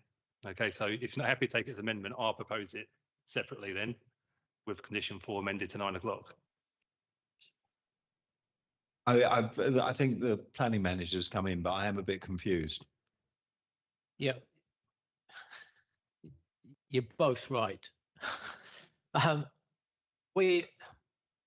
application was to amend condition 10, and it was solely to do with the no whistle policy, as in eradicating it. But tonight, the applicant, this is quite well, it's very unusual. The applicant has made it clear that they wish to turn the floodlights off at 9 o'clock as opposed to 10 o'clock. So because they've made it clear, kind of live, if you like, I think it is reasonable to put on that condition. Yeah, I mean, in that case, I'm okay.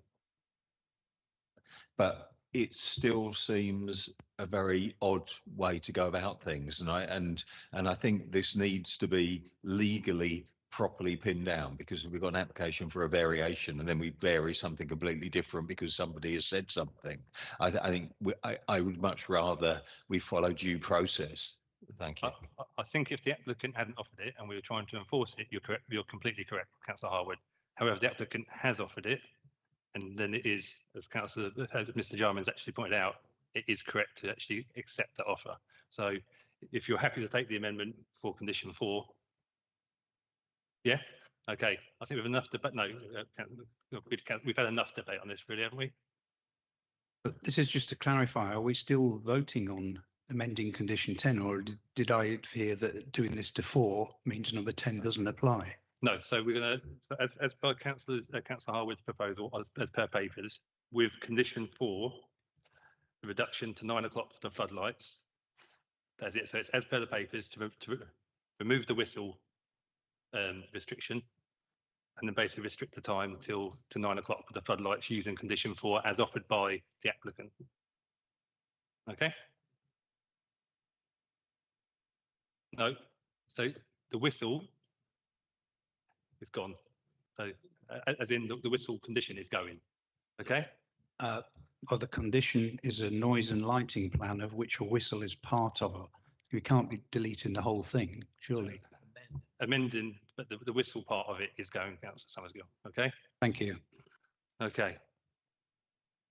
All right. So as per Councillor Harwood's proposal, and with the amendment to the condition 4 to reduce the lighting to 9 o'clock.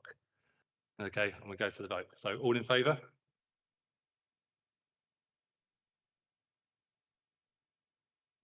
That's 11-4. Those against? Those abstaining? 2 abstaining. That is passed. Thank you, councillors. Okay, moving on then. We've got plot 1.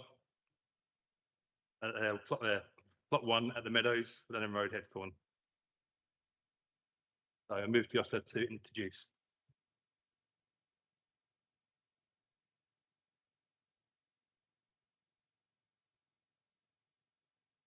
Which is Will, isn't it? Yeah. You happy, Will? We'll do that. Hang on, Will, just let these people leave.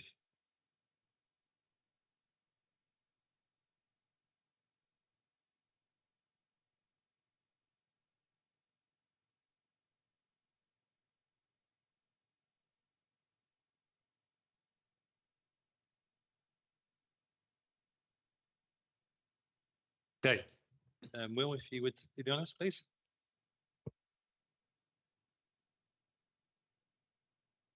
Thank you.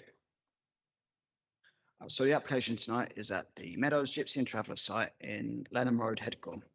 This site is at the southern end of the northern portion of the site. The application is part retrospective and seeks the change of use of land for the siting of 2 static caravans, 2 touring caravans, and the erection of 2 day rooms. So here's the application site. I'll go back to this in a little bit. Here's the proposed site plan. So it's kind of arranged parallel to each other with caravans and day rooms and parking along the north and southern boundaries of the plot. It's the proposed day rooms, which we've assessed as being the minimum required to provide the facilities for the occupants, and the caravans, which are sort of typical of gypsy and traveller sites. So this is the entrance to the meadows, looking north. And here's the application site, which is, as I said, the most southern site of the northern block of sites at this location. So they are screened by this hedgerow. And here's the application site itself, which, as it is, retrospective. So the committee report deals with the visual harm of the development, which we have assessed as being acceptable, and many of the issues that relate to these types of applications we've discussed at these committee meetings in the past, such as the significant shortfall in sites, etc. And so I'll focus more on the background of this application. So this site has an extensive appeal history and was part of a lengthy public inquiry, which was resolved in March 2023, with some sites granted permission and others dismissed. So our site tonight is part of this block here, which was dismissed, so plots 4 and 5.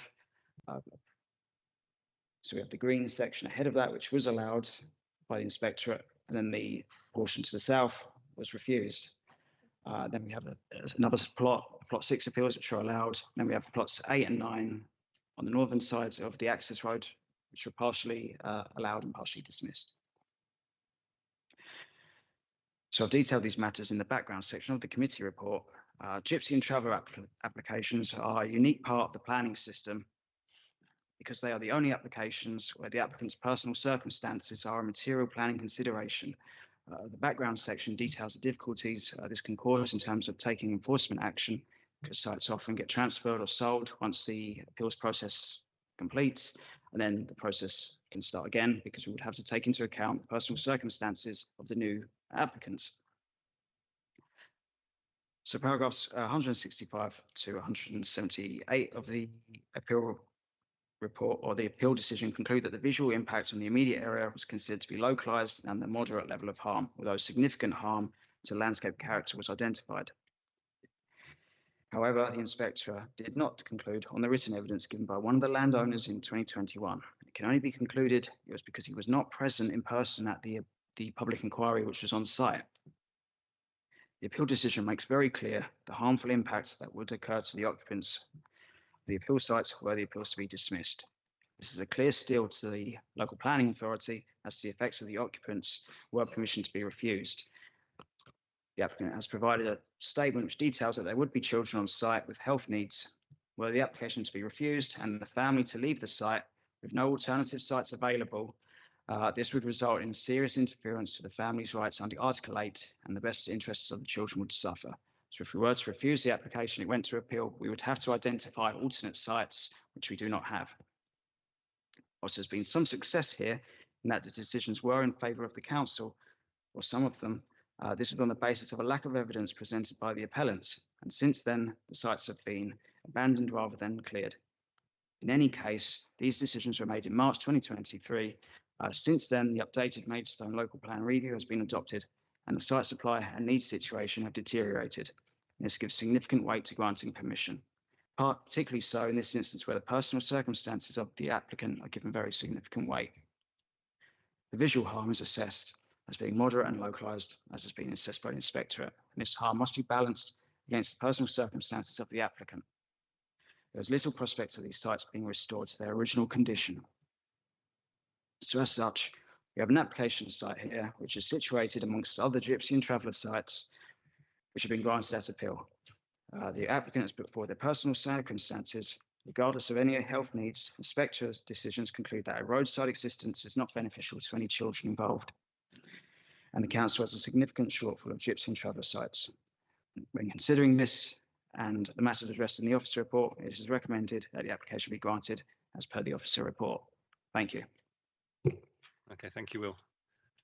We have Councillor Diamond for Alton Parish Council.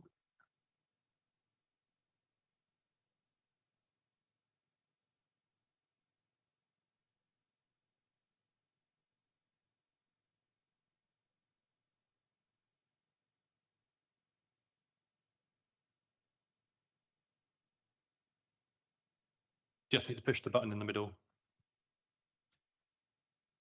My question to the Planning Committee is, what is the point of the planning process if the body that makes decisions on behalf of the Secretary of State is ignored? The 15 years ongoing land known as the rear of the Meadows, where this plot is located, has cost the council and taxpayers an absolute fortune. The council has been issuing enforcement notices and there have been several planning inquiries, the final one held in March 23. Yet here we are listening to a proposal to not uphold a decision by the inquiry, a rare worrying precedent. Planners have based their recommendation to approve on conjecture, stating what might have happened if the applicant had presented evidence and if the inspector found in their favour. They then go on to cherry pick parts of the decision that support that position. This is extraordinary. The inquiry is the process. It was independent, thorough process. G&T's legally represented. There was an opportunity to appeal. This site is tied to particular people. It's not just a general site.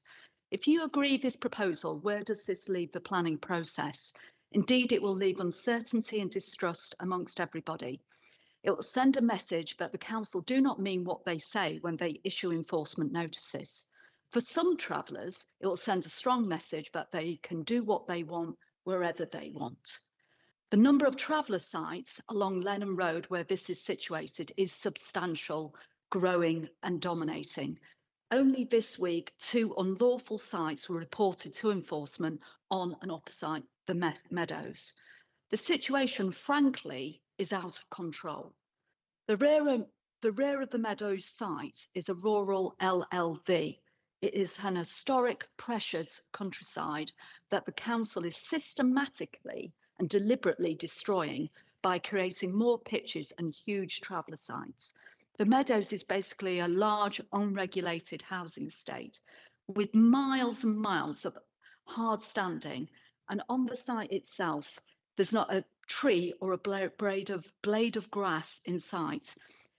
And this ignores the inquiry landscaping directives.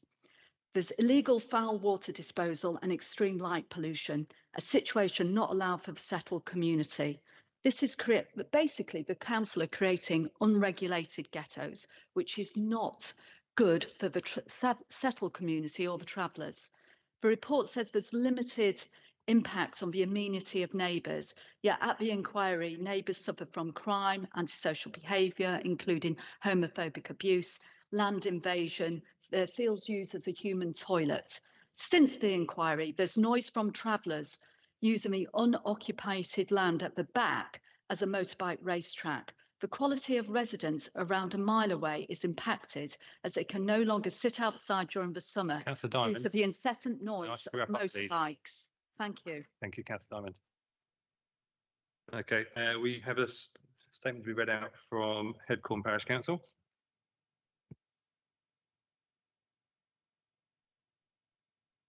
Good evening, members. Okay. 2 years ago this March, an extensive inquiry finished, which set out the situation at the Meadows and which plots were allowed to continue and which ones should be returned back to grass. That inquiry's decision, given by the inspector at the time, determined that out of 10 plots, 2 had been divided to make 12 in total of the land. Only 6 were deemed suitable to be inhabited by the inspector. Of the plots turned down, plot 1 was one of them, as well as plots 2, 3A and B, 7, 9B and 10. Surely if an inspector says that a site is unsuitable, it remains unsuitable for habitation at that time and into the future. Would it not be reasonable to suppose that any future attempt to move on to one of these plots would be denied and subsequently enforced if an attempt to live on the plot was made?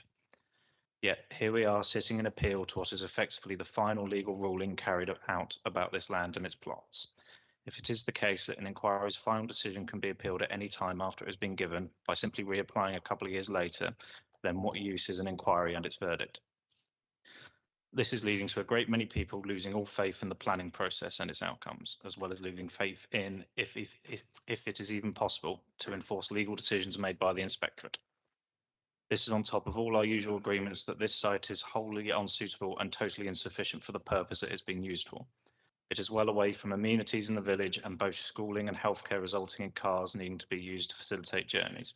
It has caused irreparable damage to the countryside in terms of environmental and visual impact, and there are simply too many residents for the site to comfortably hold, resulting in plot subdivision and erosion of amenity for all the inhabitants themselves. This site needs to be taken on by the local authorities and run in an efficient manner in both terms of plot size and composition. This will remove the need for design and development schemes which are rarely carried out or adhered to, and allow the local authority to allocate this as a G&T site and count more reasonably towards the need for this area has for sites, which will allow the building of more sites in other places around Kent rather than allowing for the proliferation of sites in just this one area. We had asked that this appeal be refused and steps taken to negate the need in future for this site to even come back to planning by putting in a robust plan to acquire this entire site and make it into a council-run authorised site, or even better, make a plan to construct sites in places that meet the council's own definitions of where G&T sites should be located and start building. Okay, thank you. Just for clarification, again, that's from Headcorn Parish Council. Before we go to discussion, the head of plan wants to come in with some clarification about why this is back.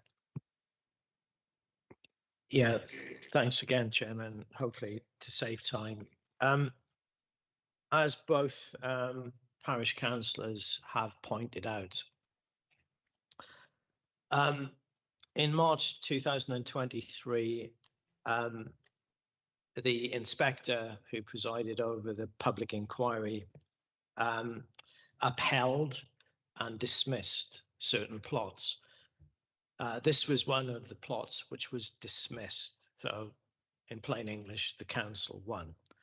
And as the parish councillor for Aldgum pointed out, that was based on landscape impact.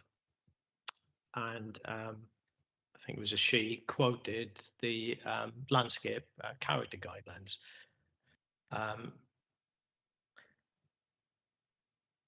However, obviously we're now in January 2025, and the reason you could say it is counterintuitive, why haven't we refused it and taken enforcement action? My firm understanding is, and the case officer can enlarge upon it, is the personal circumstances of the applicants, which those personal circumstances are an important material consideration. And because of that, the recommendation is balanced in favour of those personal circumstances to outweigh the consideration of the inspector's decision. Thanks. Okay, thank you, Mr. Jarman. Councillor Travinsky, this you are. Thank you, Chair. Oh, right. Take the big picture. Headcorn and Sutton Valence Ward have one of the highest concentration of gypsies and travellers in England. I think Councillor Diamond and Mr. Christodoulou have quite eloquently expressed the views of both parish councils involved in this particular site and also of the local residents. I would just like to add a couple of things. On page 128, there's a second paragraph on the background, and it says, following the appeal decisions, the situation on site is that there are unauthorised sites situated amongst authorised ones. Now that details of an owner are available, enforcement could consider prosecution, and the local planning authority could decline to determine the application under Section 70C. However, if prosecution were to take place, the owner will likely leave the site. The case is unlikely to go to court, and the site will most likely be sold on to another member of the travelling community, at which point the cycle will begin again. We cannot possibly as a council go on ifs and buts and things that might happen and things that might not happen. And are we actually saying that we have got no power at all in these cases to do anything other than allow them? I think that is not right. Having said that, we now have, of course, a consultation on the Gypsy and Traveller DPD. I have seen a number of reports that people have responded to that consultation. They've shown them to me because they're in my ward, and I have not seen one that would support the current strategy that's been suggested for NBC, which is to extend the sites as they are now. And there have been other options that people have put forward, and I would again, as I've said before, resist allowing any further developments until that DPD is in place and is being properly adhered to. I think that's it for the moment. I reserve my right to come back if I feel like it. Thanks. Okay, Councillor Harwood. Right, thank you, Chairman. I mean, this, in terms of the policy background, is really quite complicated because you have to look at the advice notes in relation to Gypsy and Traveller applications. You have to look at the status of our current plan. You need to look at the changes to the development plan since the appeal took place, where now the burden of impact on the landscape is not just harm to the countryside, it's significant harm that we need to prove. This is a site which is already in use.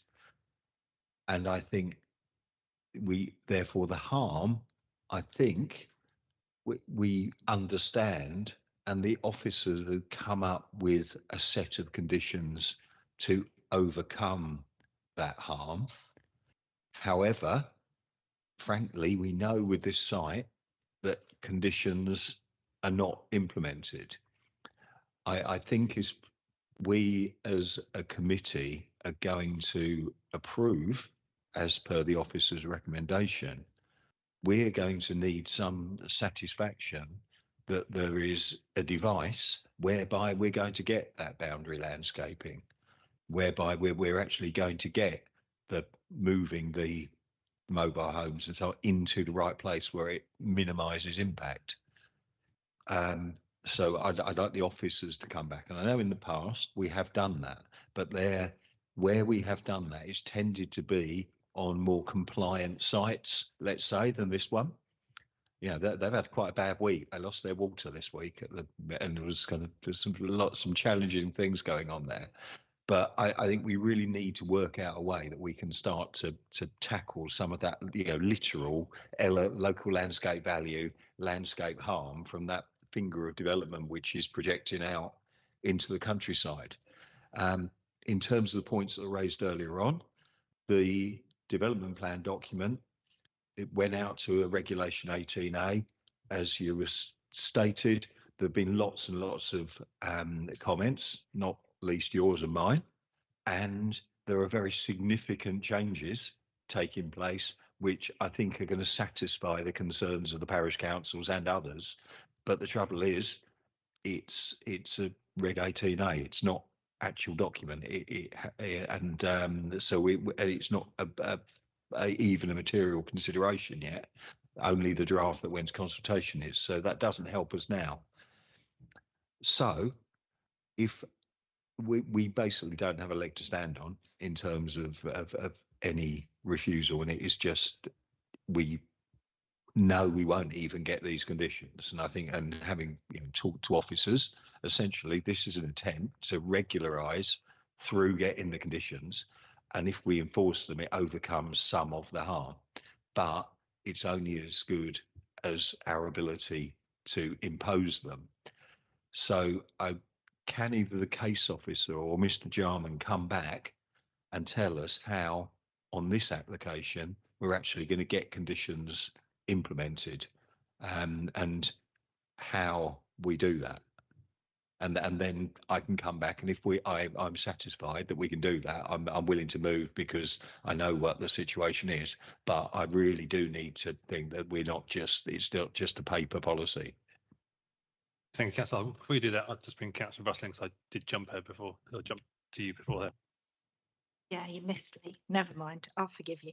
I have a couple of questions and then some comments, if that's all right. Question number 1, on your picture there, it says plot 4. This is a simple one, but it says plot 4 and 5 appeals. But on our papers, it says plot 1.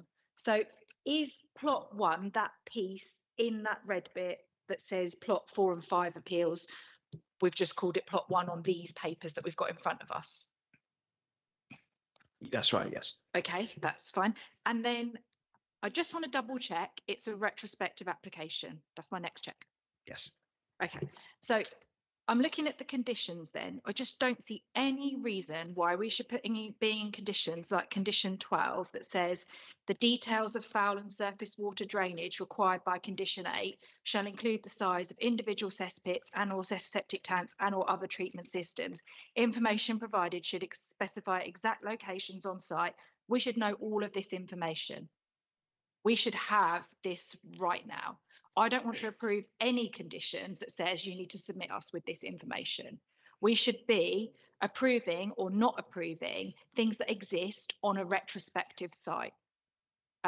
So I'm not happy to move forward with this application on any basis as it stands at the moment, because this is loose ends that need tightening up. This is all things that could come back to us later, come back to us differently, not be put in at all. What is the situation with the surface water drainage currently? What is the situation with the foul water drainage currently? We're in a highly sensitive area, and I just think we've got lots of questions that need answers. And my other point is that if something has gone to the independent person, it's gone to an appeal, they've adjudicated, that's not us, that's not anyone else, that's the Secretary of State saying, that appeal has failed, you can now commence enforcement action, and we have delayed that enforcement action. I think if we carry on like this, we are a toothless tiger with our enforcement action. There's lots of places where it's the appeals are won, fine, that is on balance, that's the decision that was made. On balance, the decision made here was that is not fine, that should be restored back to its original condition. So I either think, contrary to what Councillor Harwood said, I'm afraid, we need to move either towards a deferment to get some of these things completely crystallised. I'm not happy to move forward with loose ends, or I think we just need to refuse, go back to appeal if that's the way it needs to go. And I would personally move for refusal. Okay, Councillor, I've just talked to Will, and I think that's the best. So we actually do get that detailed planning. So unless it's something extra you want to look into, Councillor Trafensky, then I'm just going to move to the vote for deferral. Yeah. Okay. So all in favour of deferral? It is unanimous. Okay, that is deferred. Okay, so for those who came to that item, I am going to take a quick 5-minute break, a personal break. So if you'd all be back, no, that's clock is wrong. That's 20 past, please.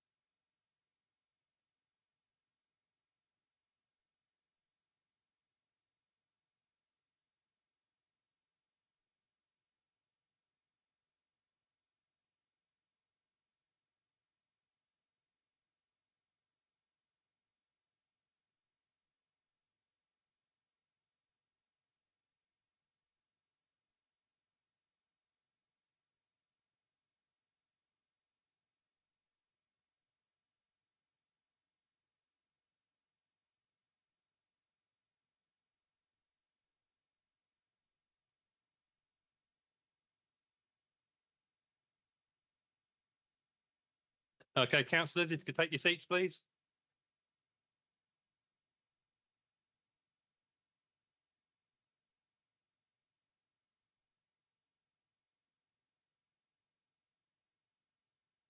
So, councillors, we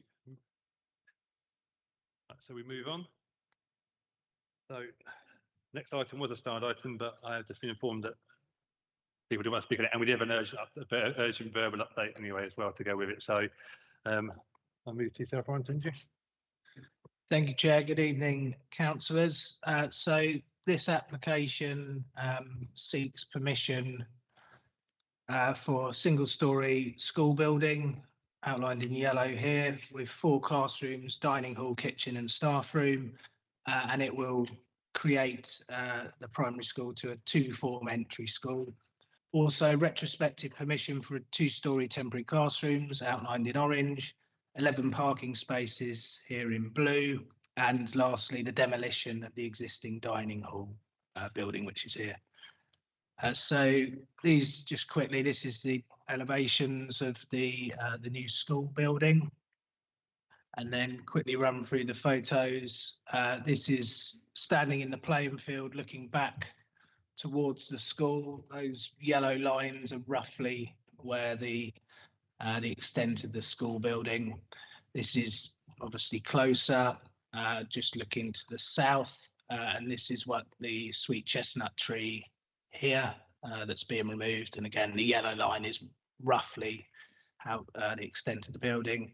That's looking back the other way. That's the second tree, the tulip tree, that will be removed. And you can see the temporary classrooms. This is over the other side of the site. And the new parking space is just going here, just extending this row, and then that small tree would come out. And then lastly, that's just showing the temporary classrooms. So just a few of the key issues. As we say, as you can see here, the school building is outside the settlement boundary, which is this thick red line. But in our view, it's inevitable to expand the school, that it's going to have to come out beyond that boundary. And ultimately, we don't consider the building, because of its relatively low height, it's grouped with existing buildings, that it would harm the area. There is some inconvenience caused during drop-off pick-up times on Goudhurst Road.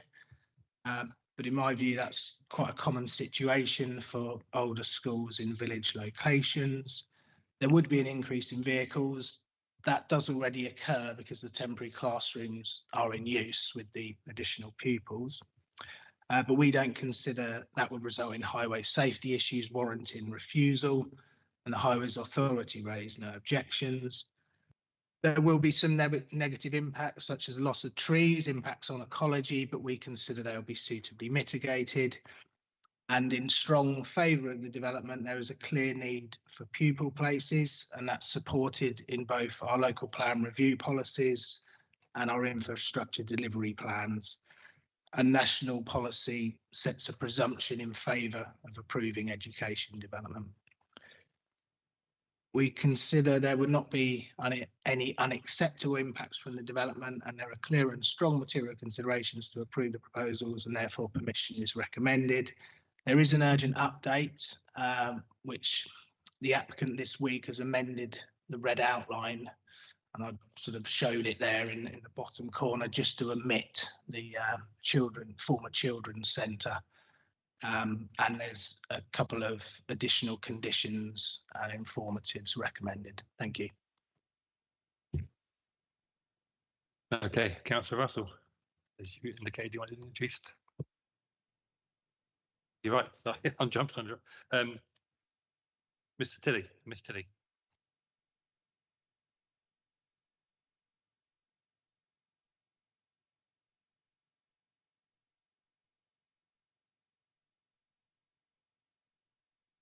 Thank you, Chair. Good evening, members.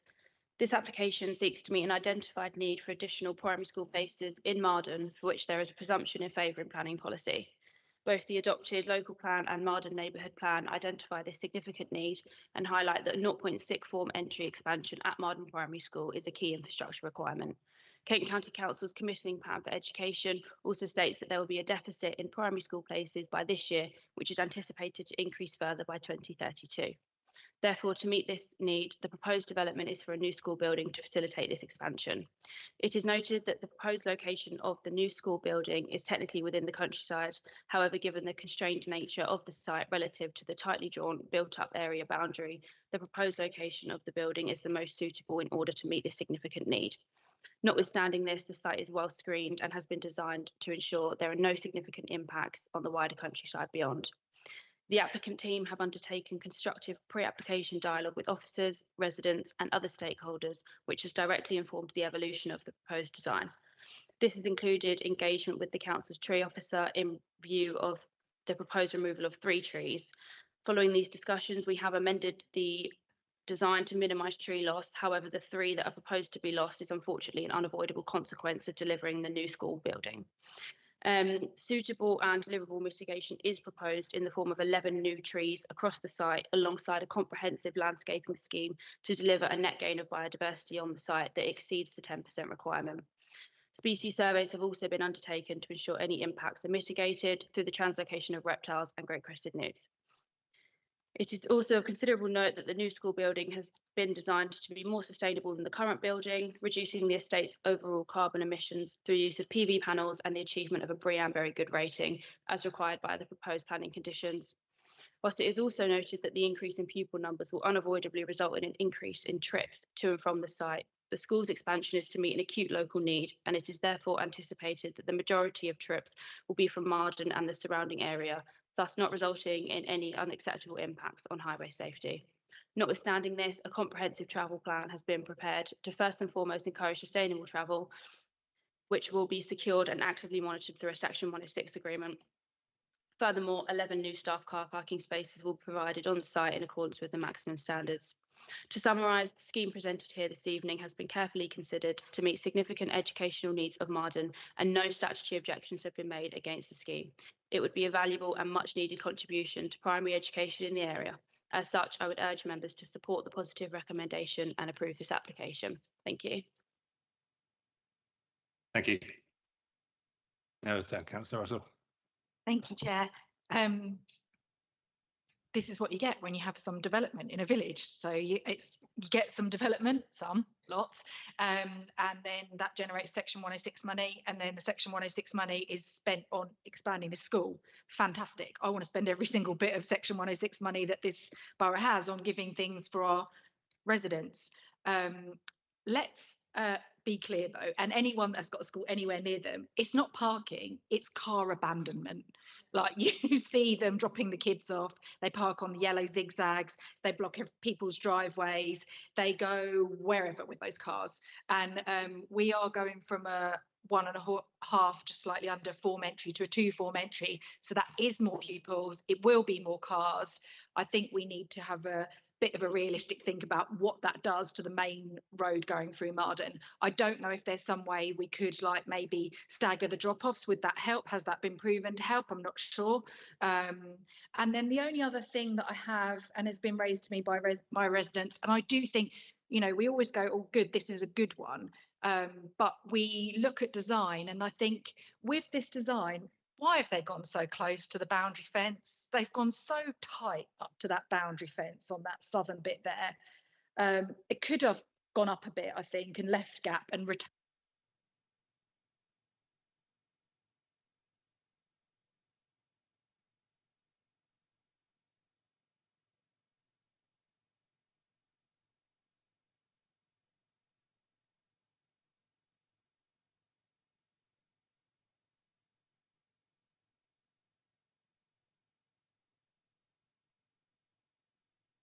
Could have pushed it up a little bit. And if there was something that we could do with the actual times for that school drop-off car chaos, I'm sure that might be welcomed, but I don't know if someone else on the committee might be able to help me out with that. Thank you. Thank you, Councillor Russell. I think actually we've just discussed that. Like, we can't, it's an enforcement thing we can put on the condition, but we can actually ask it to be included in the travel plan, can't we? Yeah, I'd sort of seek delegated powers. So you can't sort of control obviously when people come, but within the travel plan, the school could look at promoting something like that. So we can't guarantee it will happen, but it's sort of promoting and seeing if that's something they can do, but we can't control it. Okay, so that's Yeah, that'd be good. Thank you. okay. Councillor Summerkill. Yes, thank you. Yes, one of the things that we've done at adjacent village schools is have the lollipop person supplied, and sadly this doesn't seem to be the case here. It would perhaps stop some of the parking on the zigzags as well, but I do welcome the addition of the measures to promote a reduction in vehicle idling outside the school that's been added on the amendment here, and can advise that actually the school was already asked for posters from the Borough Council, which I delivered last week to them. But hopefully that shows that they are doing some positive moves, but also a lot of residents have asked that they look after the trees better than they have done in the past. So the 11 trees that have been added, we hope survive, and that there's enough covering the landscape mitigation here and the 30-year biodiversity route to make sure these things survive, because the tree loss has been quite a local problem, concern for many people. Okay, thank you. Councillor McGill, I believe that is covered within the conditions, but obviously I'm sure you'll keep an eye on them as well. So, Councillor Cleater. Thank you, Chair. Just to agree with Councillor Summerskill and Councillor Russell around trying, I know we can't do anything. I do find it amazing though that in the West Kent, the highways people never seem to put any objections in, and yet go over to East Kent and you propose a medical centre with an increase of 3 current parking spaces, and there's a raft of objections going from highways, but there you go. One of the things, as someone who lives opposite a school, I totally agree about getting either a lollipop person, but actually the Lee Academy Trust is a very rich, very big multi-academy trust. So I think we need to be encouraging them as part of, if you like, traffic mitigation, because they'll be funding any lollipop person or any mitigation, and encourage the use of, as we do at St Paul's and Northborough, and at oh gosh, the one over Sandlin School, of a walking bus to and from school and after school clubs. Because as someone who lives opposite a school, the people who are parking outside my house with their engines running do not drive very far to pick their kids up from school. Yes, I accept that there are people who will come a long distance, but actually we should be encouraging alternative, and we can do that as part of a transport plan. I think that would be really useful. The walking bus is already in the travel plan already. I don't think the officers just confirmed we can't enforce the lollipop lady, unfortunately. We try shaming. We could. I can suggest that. I can suggest that informative lollipop lady. Or sorry, should I say lollipop person, really? So, yeah, so we can put that as an informative if you're happy. Yes, please, because actually the Lee Academy Trust has got quite a lot of money, because it certainly paid their chief executive a lot. Okay, there are other academies out there, just for everyone. So, okay, okay, Councillor Harwood. Thank you, Chairman. Yeah, I think the case officer has taken a lot of challenges that have come along on board, and I think the travel plan has been modified and has taken in some of the points that have been described this evening. I mean, the idling issue is a profound one. I think I've mentioned the number of four-wheel drives that were sitting there chugging away about half an hour before the school even came out when I was up there. I know it was cold, but I still don't think you need to sit there creating a pool of fumes. However, in terms of some of the detail, I did wonder the point made by one of the ward councillors about why it is pushed so far to the neighbour's boundary on the south, and why it can't be pushed a little bit to the north to allow, you know, if not to keep the sweet chestnut, at least to have some landscaping along the edge. I just wonder why it is there because there seems to be some open space to the north where I don't really understand that. So an answer on that would be helpful. In terms of the district licensing for the Great Crested Newts on the site, it's not something we've really utilised very much in Maidstone Borough. We've tended to gone for the old kind of receptor and catching them and moving them. The problem that I see is twofold. One is that we potentially lose wildlife so that, you know, children and people in Kent don't have contact with one of the rarest animals in Europe. And instead, you know, they might be paying for a scheme in Peterborough or something. And how does that help Kent and Maidstone? And I understand, you know, I understand the officer's explanation, and we've got an informative, but I do wonder whether that is, you know, we as a planning authority need to not just speak to the applicants, but to speak to the Kent Office of Natural England as well, because I'm sure there are sites within the borough or near to the borough that could be utilised. And then on the real specifics of the 2 ponds that are going to be filled in, if we're going to fill them in, if we fill them in after the middle of February, we're killing loads of amphibians. If we filled them in now, we wouldn't kill a single one. So I understand it takes time to go through the motions and that they want to crack on, but I don't know if it needs to be an informative, but can there be a discussion with the applicant, because they don't need planning permission for filling in the pond, but if they do it in January, they save an awful lot of wildlife that will have gone there to spawn in February and will end up being killed. So if nobody else has moved, just with a little bit of explanation on the siting of the new buildings, I'm prepared to move as per the papers and the urgent update, but with the addition of, I think it's an informative, to discuss with the applicants whether the ponds to be removed can be removed now rather than in the spring when it will do a lot of damage. Thank you. Take the informative of the lollipop lady, possibly. Yeah, no, absolutely. I absolutely agree. Yeah. Okay, I'm happy to second that. Okay, so I'm just going to bring yourself back. Yeah, in terms of the siting, there's a large category A oak tree to the north. It is pretty much surrounded by hard surfacing, but you'd go into the root protection area of that tree. There is also a mobile classroom, which is shown as being retained. So I think that's why they've chosen not to sort of push it northwards. But yeah, I appreciate it's tight to the southern boundary. In terms of the district level licensing, my understanding that's definitely in Kent, because it's a Kent scheme, Natural England. But yeah, it might be anywhere in Kent. I've seen one near where I live in East Kent, so it could be over there. But obviously, we've got the informative to try and get the applicant to see whether it can be in the borough or as near as possible.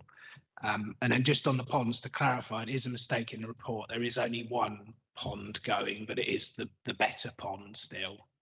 But yes, we can have the informative to encourage them or discuss with them to try and fill it in at the appropriate time, which it sounds like is pretty soon. So we can't guarantee, but as you say, it's an informative, so we can encourage that. There's probably going to be a delay to the decision being going out, but obviously the agents here and can hear the concerns raised, so hopefully they'll take that on board.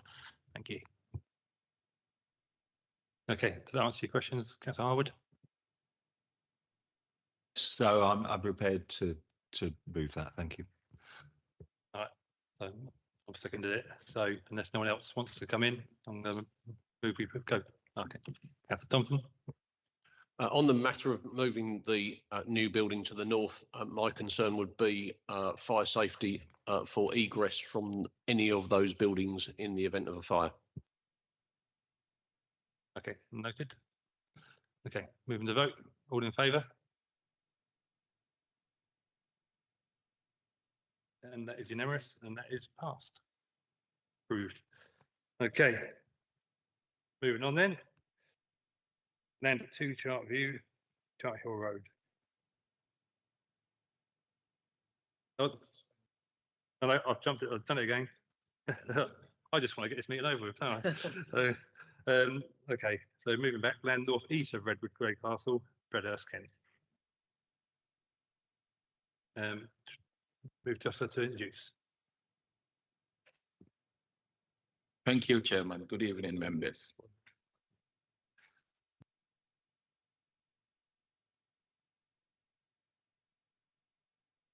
This application is for the erection of a 4-bedroom self-built dwelling with associated garage. On your screen is the site location plan. I'm showing the application site and surrounding development. The next image on your screen is area view of the application site. To the east of the site, there is a residential dwelling.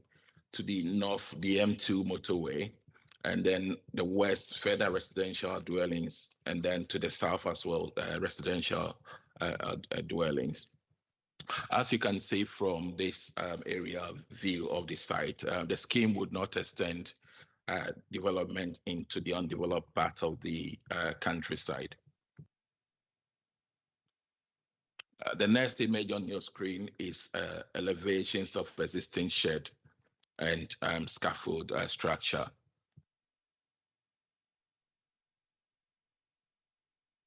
This image is the proposed site plan showing the where the building is going to be located.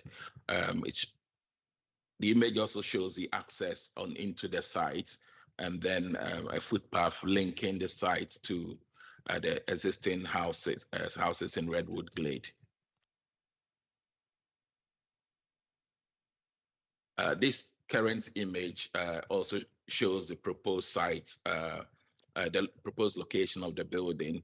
The yellow images on this plan is the previously refused application. The image shows that the built development on the land is going to be significantly reduced by the current proposal.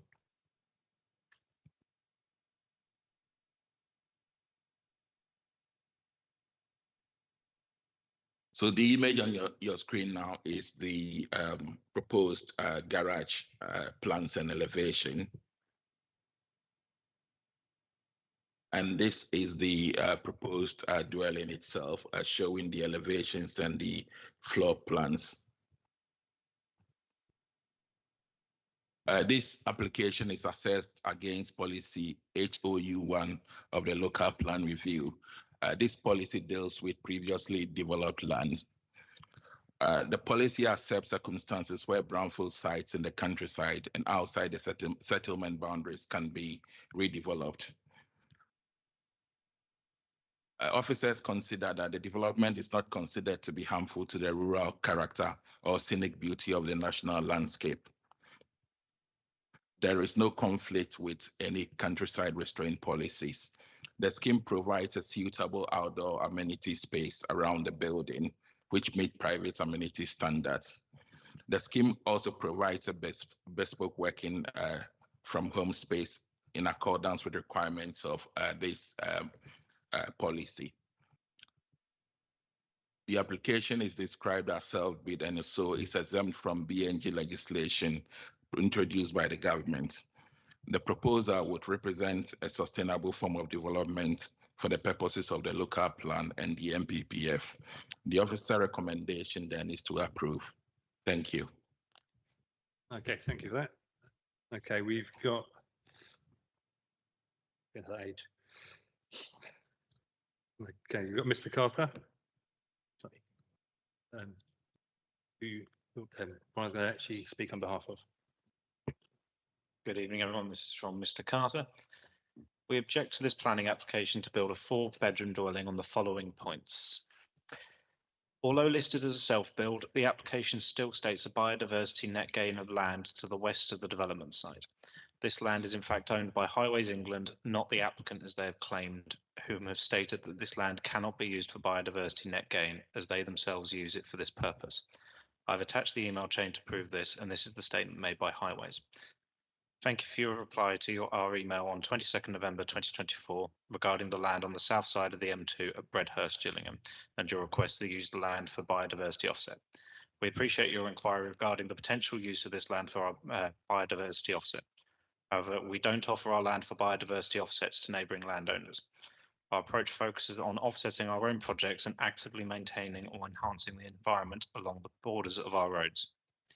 The access and parking on point 6.31 and the industry standards which are expected of the dirt track cannot be implemented by the applicant as he does not own this land to improve the dirt track.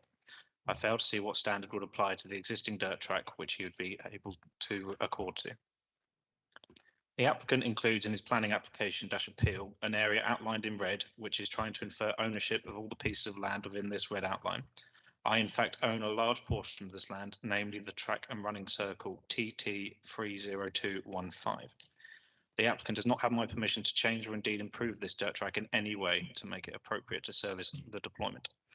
The proposed entrance to the site, which has been submitted by the applicant, is not currently served by any legal right-of-way, and the applicant is unlikely to achieve a prescriptive right-of-way to enter into this point for his development.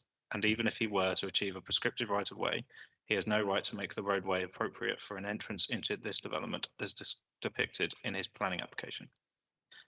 We'd also like to bring to your attention that whilst the applicant has submitted reports from a sound assessment, we attach evidence to show he has in fact tampered with any assessment results in an attempt to manipulate them by placing large heavy machinery, fence panels and various other objects in front of and around the microphone whilst the tests were being carried out. Also, the microphone was laying on the ground for the last few days of the assessment. This would in fact suppress the sound and make any such assessment invalid. We would like to note on this point that the consultant started with his assessment that the sound could be suitably stifled by the installation of an 8-foot closed board fence. Would this be in addition to the already installed 8-foot closed board fence that this is in position at the moment between the applicant's land and the motorway, as I see no benefits in this? We'd also like to state that local council rubbish collections and dust carts only collect from the top off the track, which is owned by myself and which I allow the 2 neighbouring properties to use as temporary storage along the track for their rubbish the evening before collection. However, this courtesy will not be extended to the applicant, meaning that any residents of this development would only have the pathway along Forge Lane to dispose of any rubbish dash bins. This is of course unsafe as it would impede any pedestrian access, meaning pedestrians would have to walk in the road along Forge Lane directly after a humpback bridge across the N2, and that is time for me. Okay, thank you. Okay, for the applicant, Mr. Collins.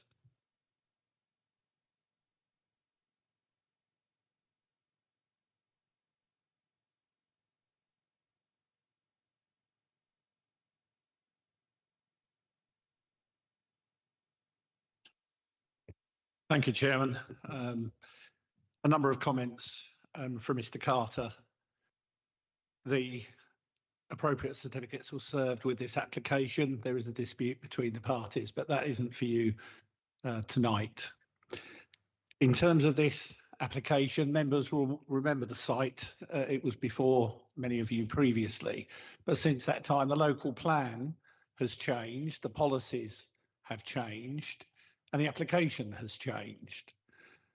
As the case officer said, this is now policy compliant. HOU1, it's a self-build dwelling, it's BNG exempt. That's the legislation that you work to. The design is bespoke, it's high quality, and it's actually taken on board comments that councillors who are here tonight made at the last committee meeting. So these are, for example, muted colours for the materials, orientation such that the smaller elevation is towards the highway, and a reduced scheme. Sustainability wise, this proposal is within an easy 10-minute walk of Hempstead Valley. There are also buses within Hempstead itself. Chairman, when you look at this scheme in the round and in the updated policy situation, it's fully policy compliant. And I would ask you in all those circumstances to support the officer's recommendation and approve this planning application. Many thanks. Thank you. okay, I wasn't beginning, but actually, I just want to check the ward council, one of the ward councillors. Councillor Jane. Sorry, I was just making sure there was no one from our lot as well. So.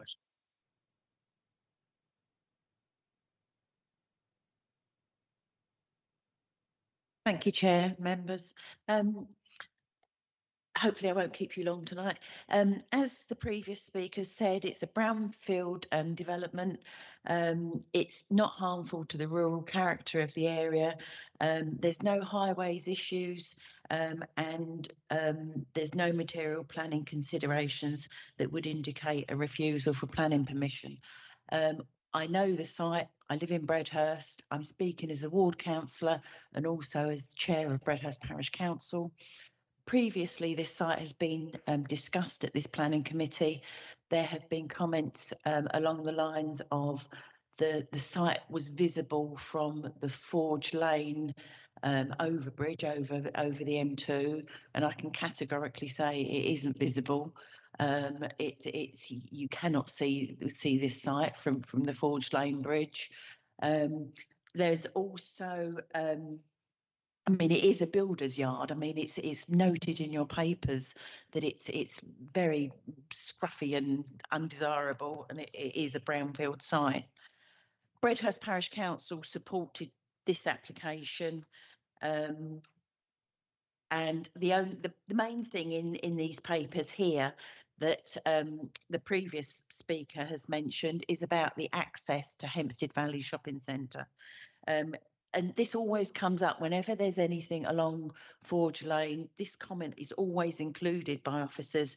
And it says here, access to facilities in larger settlements to the north across the M2 requires a long walk along an unlit and fast traffic road. It's 10 minutes. And it has a pavement for at least 500 metres. There's only a short section of about 10 or 15 metres that has not got a pavement. It's next to one house. You nip along that little bit next to this house. You turn right into a road called Chapel Lane, which has no vehicular access. Dogs, cyclists, pedestrians, runners use this to get to Hempstead Valley. And it you know, this sentence, this paragraph here makes out that it's dangerous in some way. It's not. It's used by Bredhurst residents all the time. Other than that, I just hope that members tonight will concur with the advice from the officer and approve this application. Thank you. Okay, thank you. Just to clarify some points, obviously from what was read out by Ryan, any disputes are not planning issues. Okay, so if there is a dispute about the access, that is not for us to discuss. You can apply for that. That's not an issue. I would also say, just looking, I'll have a bit of a chat first of all before anyone else for change. This is a bit of an infill site. There's nothing that stops the applicant at the moment bringing scaffold lorry after scaffold lorry up hour by after hour. To be honest, so actually a residential would probably be an improvement within the area. To the truth, I believe. And I'm quite happy to move by the papers. I shall carry on the debate. Councillor Cleater actually indicated first of all, and I'll come to Councillor Cox. No, I think you've just given some clarification because my query was just over the ownership. You know, and that was my query around that because it was not mentioned in the officer's report. But it's one of those weird ones. Someone can actually put a plan application for something in your garden. There's nothing to stop them doing that. Okay, it's just the legal access to actually get to it and actually do it. So that's all you had to say, Councillor Clear? Yeah, I think I understand that. I'll leave it to my esteemed colleague to tell me whether I'm right or wrong in what I was thinking. Okay, Councillor Cox. Thank you. So first of all, I was going to say point of disclosure, where I live was once a similar yard. It actually had I believe a slaughterhouse on it, and it was, you know, taken down and a vernacular house was built there, and I've lived there for 24 years and 4 days, and it's amazing. My point I just wanted to raise was, you know, I'm really pleased to see here that we've got sort of like some of the sort of traditional features such as gable ends and cat slides. but we sat in this room probably 3 months ago and we talked about a particular case that was also in the national landscape. And we reminded ourselves that we now have an active duty to preserve and protect, and that any building, any new building, must be exceptional, which we classified as meaning a 10 out of 10. And we looked at that particular building and we decided it wasn't a 10 out of 10, even though it was amazing, and we rejected it. So what satisfies officers here that this is a 10 out of 10, and what's the criteria for that? That's my question. Councillor Harwood, I'll just bring you in and then I'll get the officers to answer that, Councillor Cox. Thank you, Chairman. Just a very quick one. There is a statement within the report that essentially no ecological survey is required, though we know this site is close to the road verge next to a wildlife area, and we know there are lots of slow worms and things there. The law is still the law. Wildlife and Countryside Act 1981, Schedule 5 applies. Why are we saying they don't need to carry out an ecological survey? And why isn't there any comment from the KCC ecologists that we pay to comment, whereas we've got, a comment from an applicant who's decided they don't want to do it, which is very different from a need. It's quite a big site that looks perfect for reptiles, and even the ecological survey for the applicant has said it's a site for reptiles. So why aren't we complying with the law? Okay, thank you, Councillor Harwood. Francis, can you answer those 2 questions for us, please? Thank you, Chairman. Regarding the first question on how it complies with policy HOU1 is specifically clear on what the assessment should take account of, and it points out that at the very first section that the site should not be of high environmental value. In this case, we don't believe that the site is of high environmental value, given its previous use. I'm trying to put up a photograph of the site, which I'm finding a bit difficult at this moment.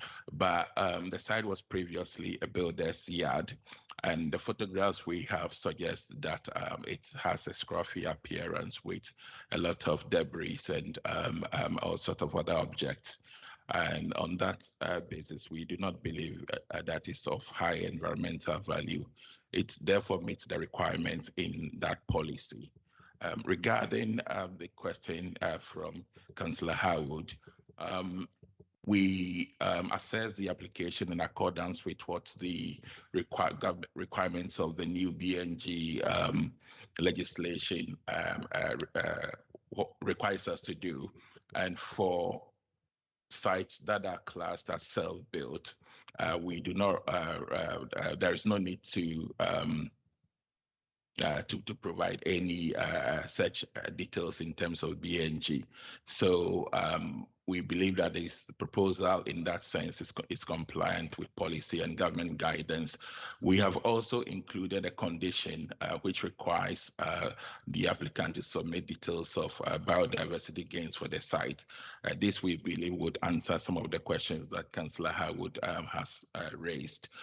In addition to that, the applicant himself had indicated on the plan that the blue line area is going to be used for habitat creation, which also should deal with some of the issues raised by Councillor Harwood. Thank you. Okay, thank you, Francis. Come up. Yeah, I think there's a bit of confusion here. The local ward member said it is a business, it is a builder's yard, as in present tense. But I understood it was a builder's yard. So have we got any photographs just showing what the site looks like so we can see it factually? Page 51.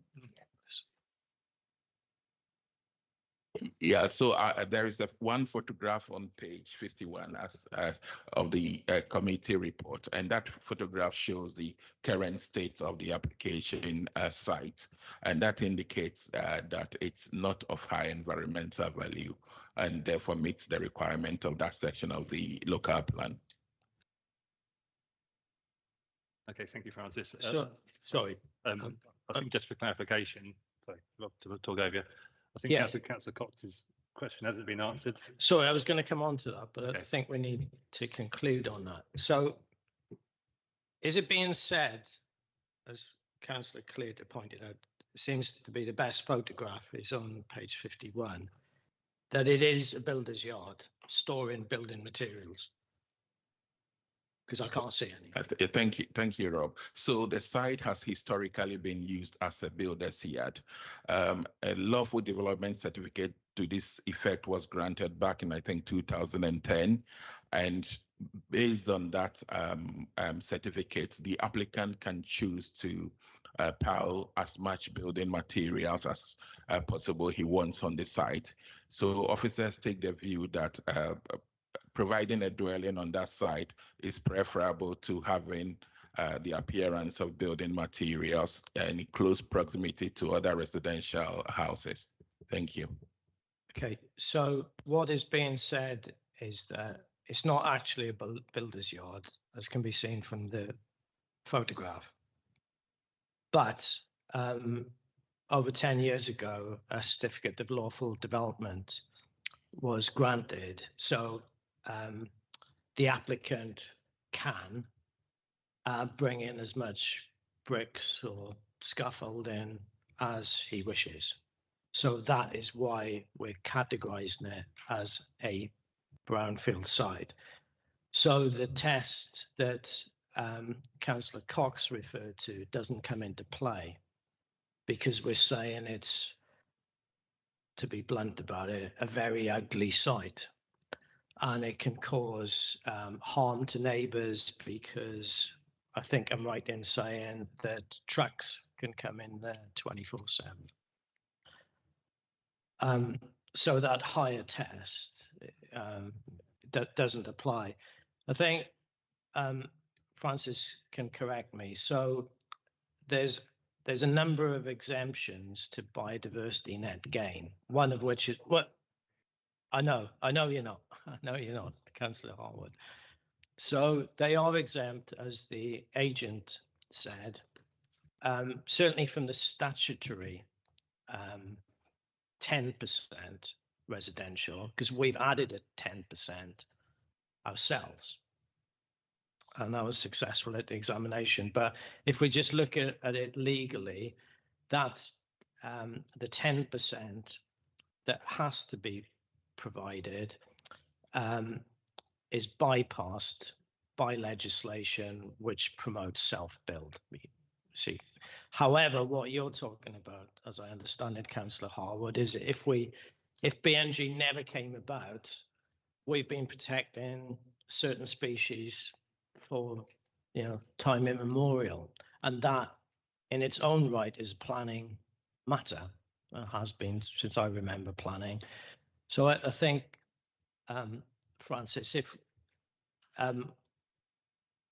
we have KCC ecology being consulted. In this case, we did not consult KCC ecology because of the exemption, but I can understand the issues raised by Councillor Harwood, and we believe that the biodiversity net gain provided in the application by the applicant would sufficiently deal with some of the issues. But we can also obviously include an additional condition to deal with some of the concerns that Councillor Harwood is raising. Yeah, I think if we could add that condition that we need an ecology report, that satisfy your question, Tony. Yeah, I fully understand the BNG issue around self-build. However, the Wildlife and Countryside Act says you're not allowed to kill wildlife protected under Schedule 5.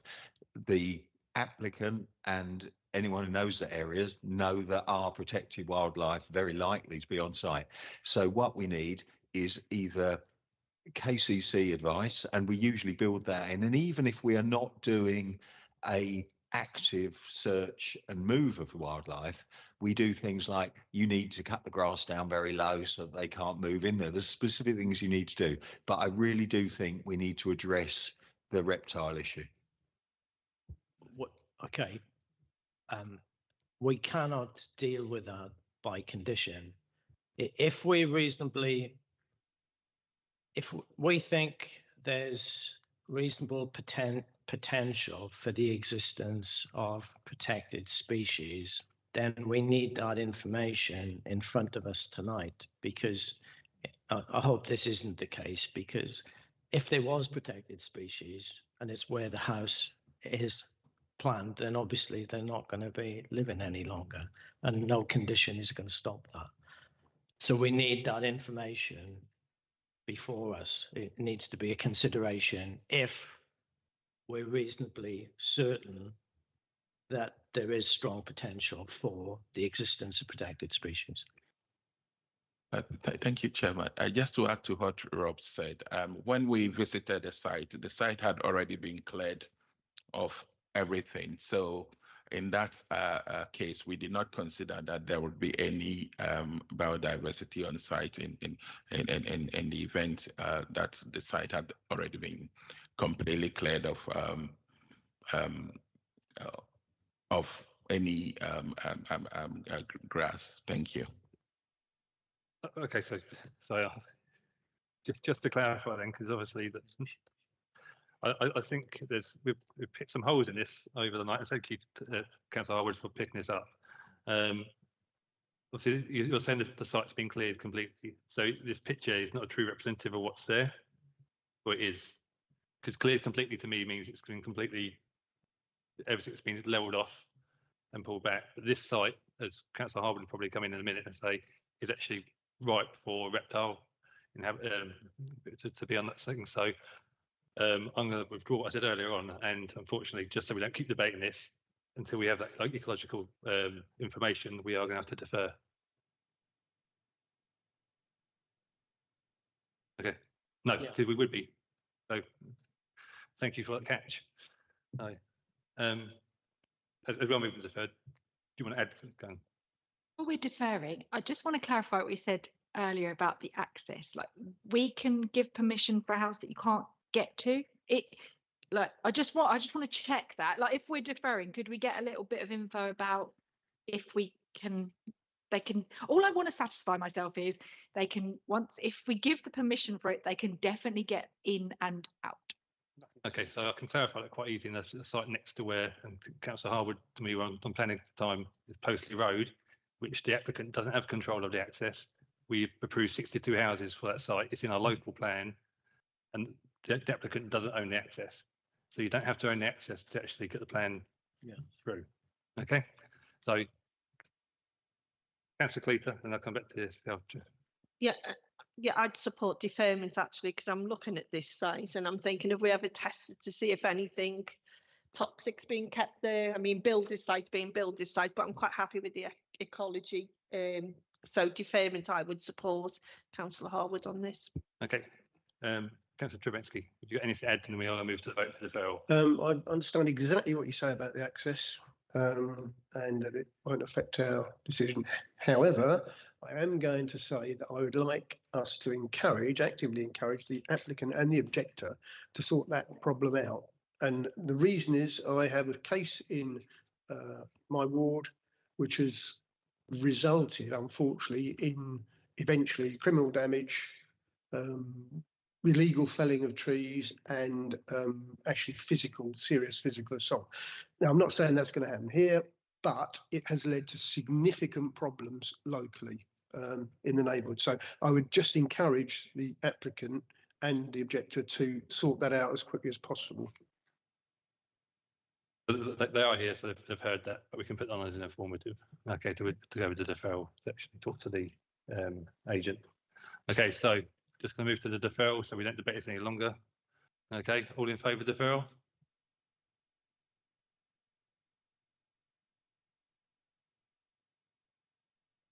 Yep. Okay, that's deferred. Okay. So, oh, start item. Yay. Okay, does anyone want this, the next item introduced? Are we happy to accept it as a start item? Start item. Start item. Okay, so does the applicant waive her right to talk? Yes, sir. Yes, Mr. White. Oh, sorry. So,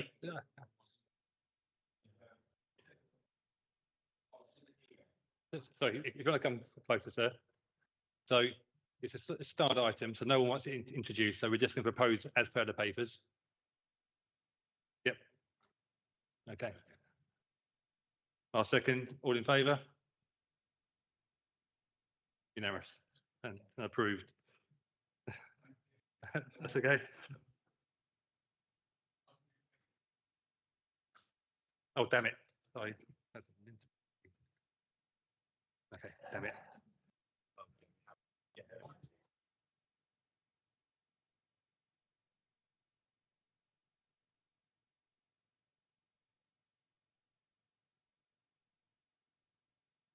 We can't now, can we?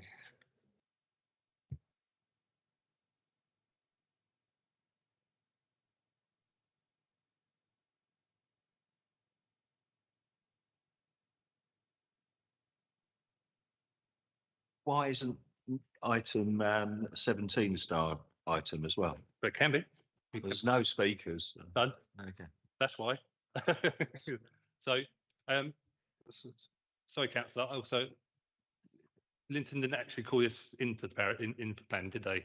I know we haven't got ready to be speaking. I know we said we were going to let you speak, but as it was a starred item and the applicant didn't want to have it introduced, and you haven't objected officially as Linton Parish Council.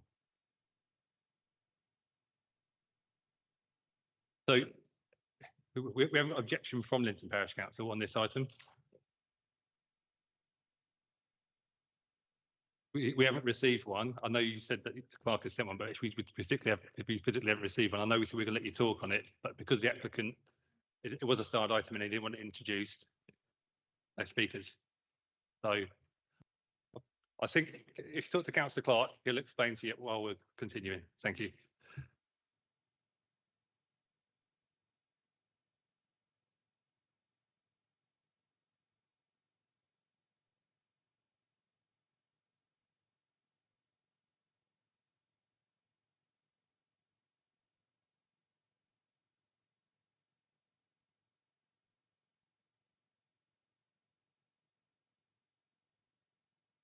Oh, sorry, are you for 17 then?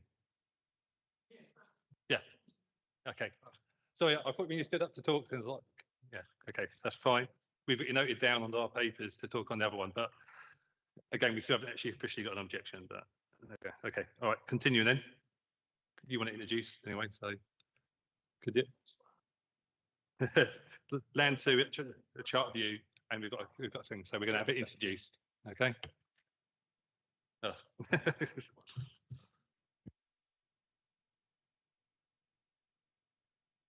Go on, Steve.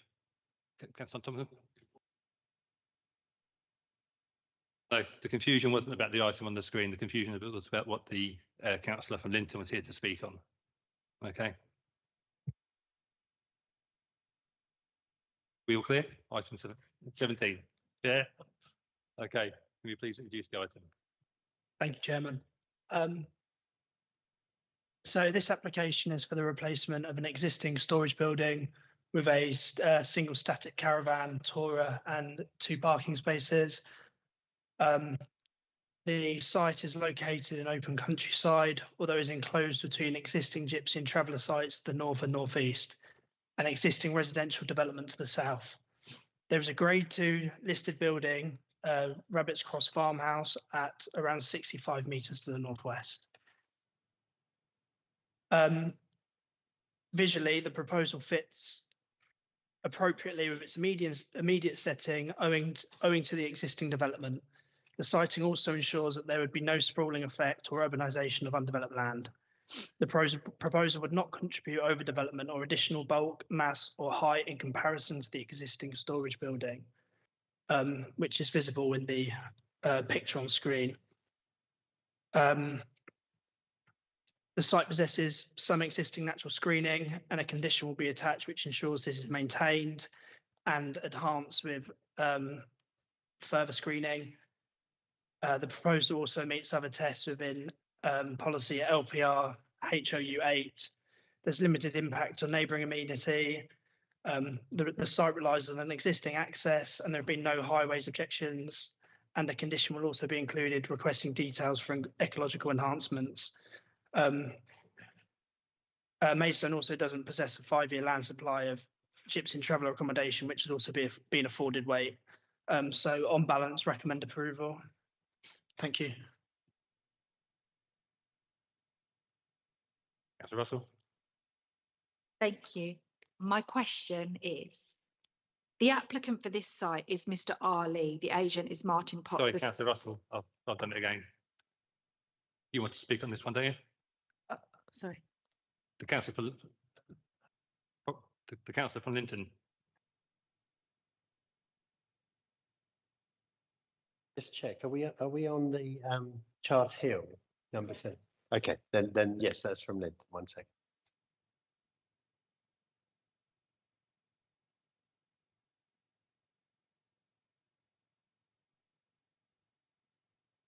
Sorry, Chart Hill was the one that the councillor from Linton thought that you were reviewing, but he saw his one on the wall. So it was actually number 16 that he wanted to. Okay, well, sorry, we've gone past that one. So if he's not ready to speak on that one, Councillor Russell. My big moment. My question on this one is, the applicant is Mr. Arley, agent Martin Potts Associate, which seems to be exactly the same applicant that we had for plot 1, The Meadows, Lenham Road, Headcorn, applicant Mr. Arley, agent Martin Potts Associate. So my question is, does one person need 2 sites? Ooh, very good question. So, anybody else want to come in? Councillor Cox. Just on a slightly less interesting point. When we're in section 8, I noticed there are no suggestions of conditions regarding foul water / sewage, and also we don't have a condition on there not being allowed to be any business conducted from the site, which I'd normally expect to see on these types of applications.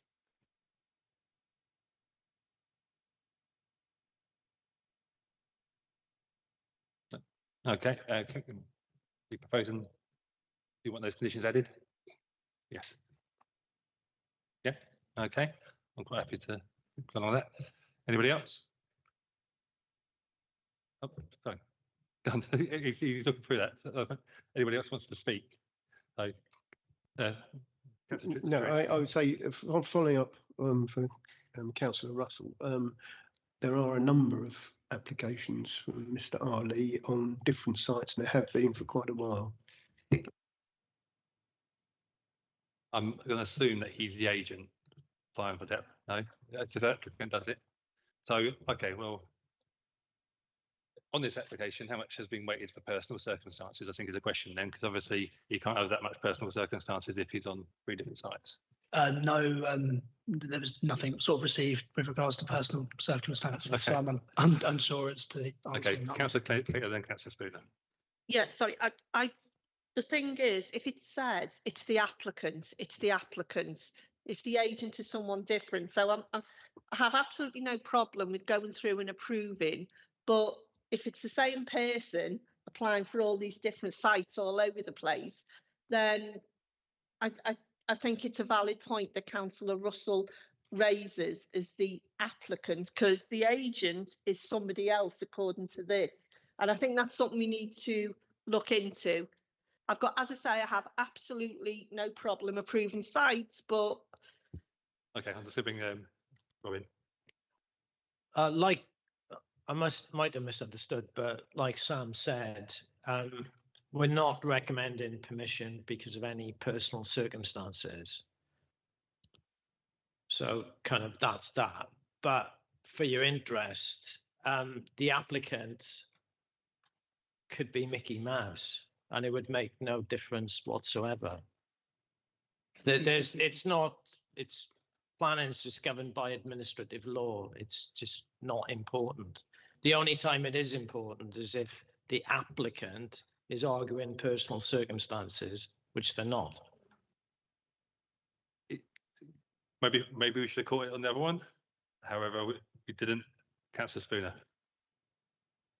Thank you, Mr. Chairman. I mean, it does sound rather dubious to have an agent submitting applications by another agent.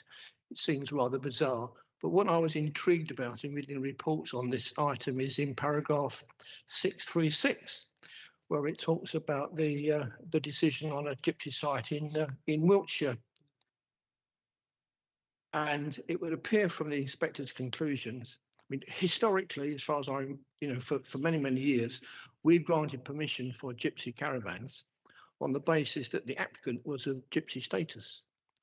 But from reading what is said in paragraph 636, we have no power to insist that they have a gypsy status. But we do have power to take enforcement action if the subsequent occupant is shown or we can prove that they are not gypsies. It's very complicated, so I think that explains why we are having two applications submitted by an agent who is having his application submitted by another agent, because he's obviously building up a portfolio. That's what he's doing, but we have no power to stop it. All we can do is take enforcement action if we discover that any of those caravan sites are not being occupied by bona fide gypsies. Yep. So I rest my case, my lord. Okay, so Councillor Cox has proposed those extra conditions. Have you got anything more to add, Councillor Cox? So you can propose as per the papers with those conditions. Okay, do you have a seconder? Thank you, Councillor Summersgill. Okay, all in favour?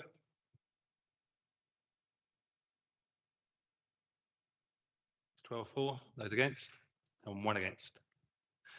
That's approved. Okay, moving on, and adjoining William Farm, Marden Road, Staplehurst, Kent. Thank you, Chairman. So this application is retrospective and is for the conversion from an existing annex labelled as B1 on the picture on the slide to an individual self-contained residential dwelling. The existing garage associated with Cop William Farm, which is labelled as Building 2, is proposed to be converted to an annex which serves Building 1.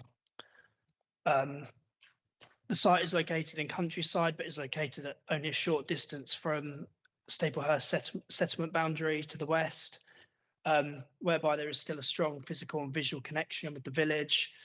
The subdivision of residential dwellings in the countryside is permitted through policy LPR HOU 11 of the local plan review. The proposal includes no alterations to the external appearance of the annex or the outbuilding, and so there would be limited impact upon visual amenity or the character and setting of the Grade 2 listed building. Any further development or sprawl has been limited by the removal of permitted development rights by way of condition, and no objections were received by the Conservation Officer. The proposal is satisfactory in terms of space standards and private amenity standards, and there would not be an impact upon amenity of occupants of Cop William Farmhouse. The site would utilise an existing access and satisfactory parking spaces proposed, and as such my recommendation is to approve this application subject to conditions.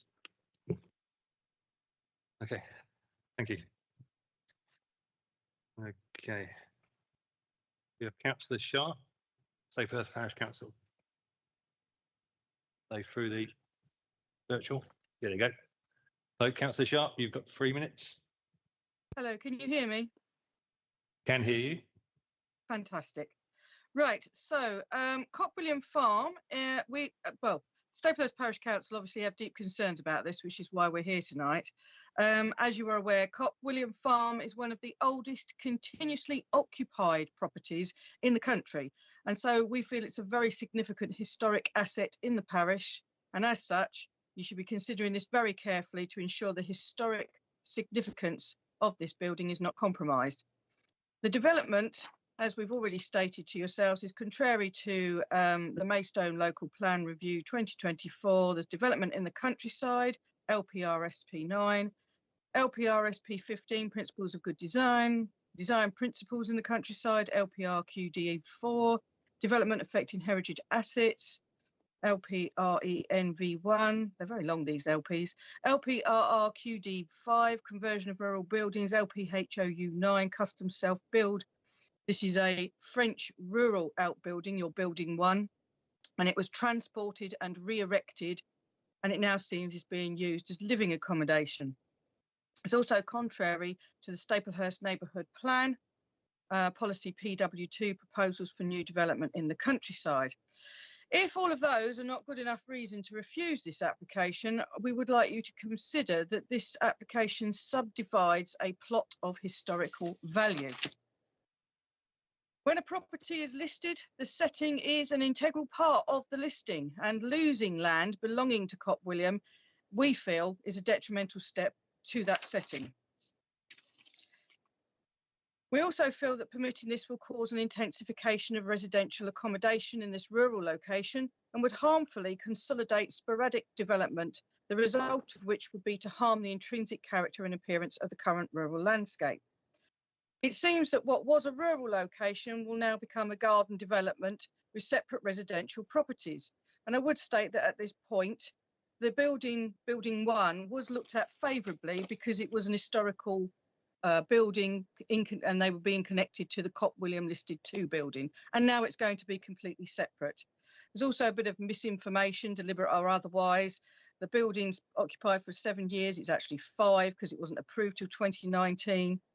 And as planning approval was originally for a garage and outbuilding, we feel that the annex is really being illegally resided in as a residence, and we don't believe another one should be going on there.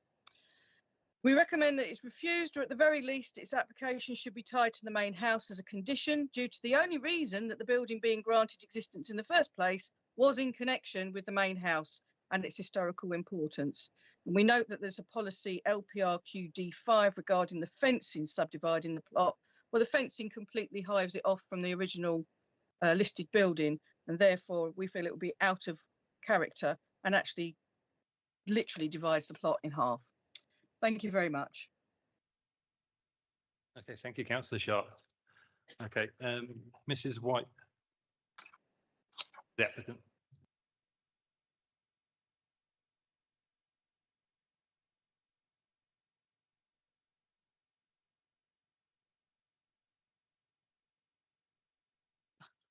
Thank you. I'm the planning agent for the application. Just a correction, really. There's no misrepresentation here. The planning history is clear. The building itself was erected 7 years ago, but it was occupied as holiday accommodation after the benefit of planning permission was granted for the residential annex. The difference now is that the plot has been sold off.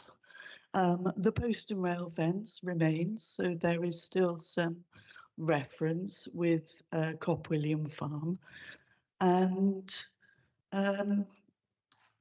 there's no external alterations proposed to the existing very pleasant buildings, and they're very simple.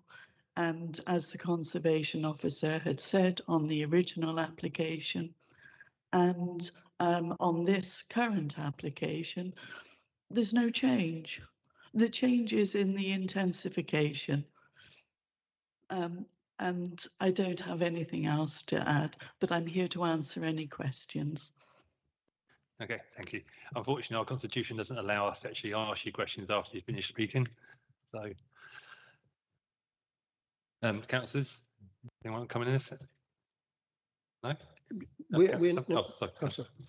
we're now talking about two separately, differently owned plots. Is that right? Yes. That's the impression.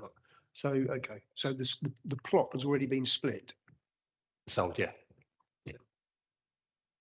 That's a summer girl. Just clarification, the planning history has a 2502699 says an outdoor swimming pool with erection of oak framed building to house pool plant. Is that within this? That's not building 2 that's now deemed to be a garage, is it? Or is that somewhere else?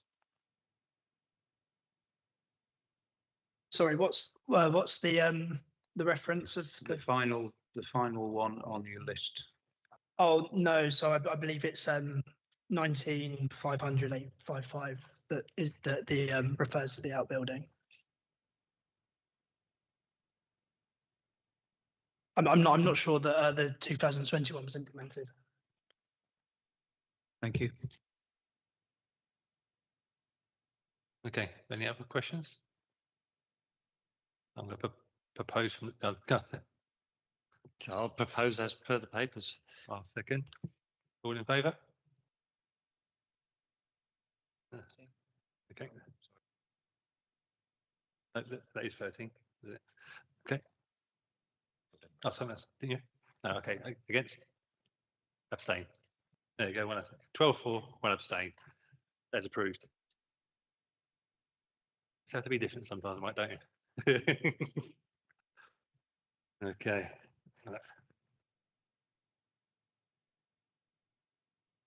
Okay. Moving on then. That's the last one, and we're now on to appeals. I shall move to Mr. Jarman. Yeah, thanks, Chairman. On a whole, it's unfortunately pretty bad. We lost 9 out of 15. But sorry, I know it's quite late. I'll speed up. So the first one, Mike and Claudine will know all about this. We can point to factual errors pretty. Sorry, I'll contextualize there. The main reason for refusing this application, which is on an allocated site, because we take a nuanced stance in development management, is that we said it had a harmful impact on the landscape, and landscape was not considered in the allocation. And I've discussed this with a barrister, and we can factually point to put it mildly, inaccuracies. For instance, that a landscape officer agreed to the allocation of this site. Well, I know that the landscape officer had retired. Her name was Deanne Cunningham, and she wasn't in Maidstone Borough Council. But although we can point out a number of factual inaccuracies, the inspector does cover himself by saying, however, in the event of, and because it's such a high bar when you're challenging an inspector, we've decided not to challenge it. But I'll move on to the next one, the telephone exchange. We had quite a good discussion, I thought, actually, quite a balanced discussion in this chamber. And I know I sound like a broken record on this, but it keeps coming back time after time after time. This, basically, you can only defend a refusal of any development in the countryside if there's significant harm. But nobody defines what significant harm is. And bearing in mind what I said about inspectors having a high bar, they're basically marking their own homework. But Well, I know there's been a lot of discussion and probably be more discussion, but it puts us in a very difficult position that policy. It is just not nuanced at all. It doesn't, I would have thought at least it would be you calculate harm based on X, Y, Z, but there is nothing. That is what it says. So I know I sound defensive, but it's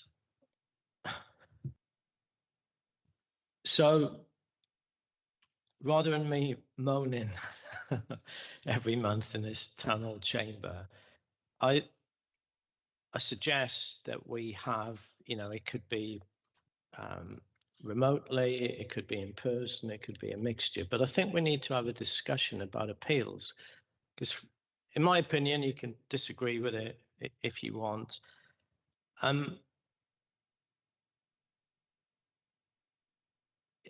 It's very difficult. I think, and I'd like to discuss it with you guys, I think really the best chance we've got, and we did win in Harwich on an allocated site, is that if we're able to pick out why it's poor design, I'm using poor design generically, and rely on national design guidance, we put ourselves in a much better position. And I know, dare I say, there's a bit of a tension that I know that lots of councillors want to, for want of a better term, drive up standards. But sorry to pick on Councillor Harwood, but like you said, you probably haven't got that chance now, have you? But as we've done, what we did do for many a year is we relied on national policy, and I won't go into too much detail, but I've been researching this, and I think I know some of your aspirations, and rather than, sorry if I'm sounding cynical, rather than waiting for something that probably won't happen, we can use the kind of armory that we've got now. But it really depends on you guys. Again, to be very blunt, there are people who just say, it's good numbers, isn't it? But I'm a planner. I'm interested in quality. So there you go. Okay, so on the proposal that we add that training, some appeals training to the, it would have this question as well. So is that agreed about adding that to the training? Okay. Councillor Cleaver, then I've got Councillor Russell. Yeah, just a question on the number of appeals that are being allowed. So I share your frustration, but 6 of them were delegated. So I mean that's, that our own planning officers are saying. Is that correct? That actually this shouldn't go through? I know there's only one was committee against officer recommendations. We'll take the hit for that. You know what we're like on these things.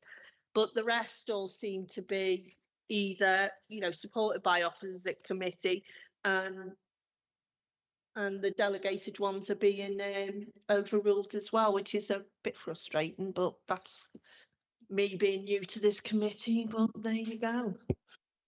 So, sorry, I probably sound quite cheesy, but, I see us as sort of like one team, and there's an appeal.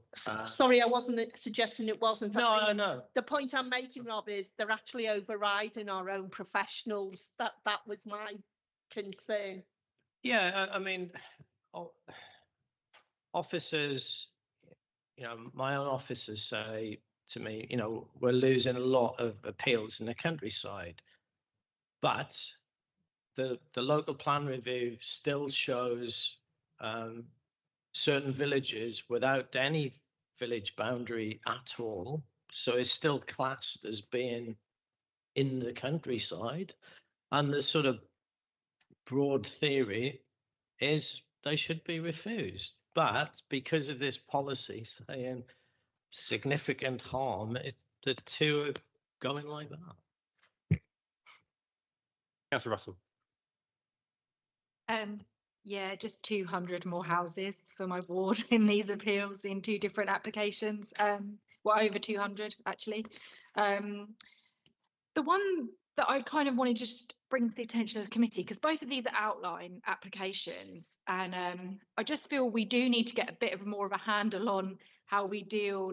You know, I know we can't do much with outline applications, but the one I wanted to highlight was the Albion Road Copper Lane one, because what's happened there is there was no pedestrian footpath to the village, so no connectivity, no one could walk there.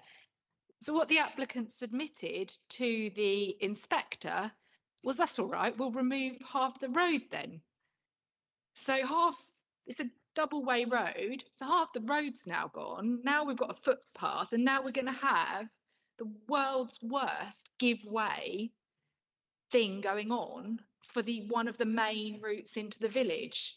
And I just think, what a nightmare that's going to be to actually have in your settlement and try and move about at school time, you know. So I just wonder, is there anything we could do about that? Because obviously they've got round it with, well, we're going to put this scheme forward. Highways went, yeah, all right, looks about okay, and that's what we've ended up with. And then all the stuff will come later, house design, all of that.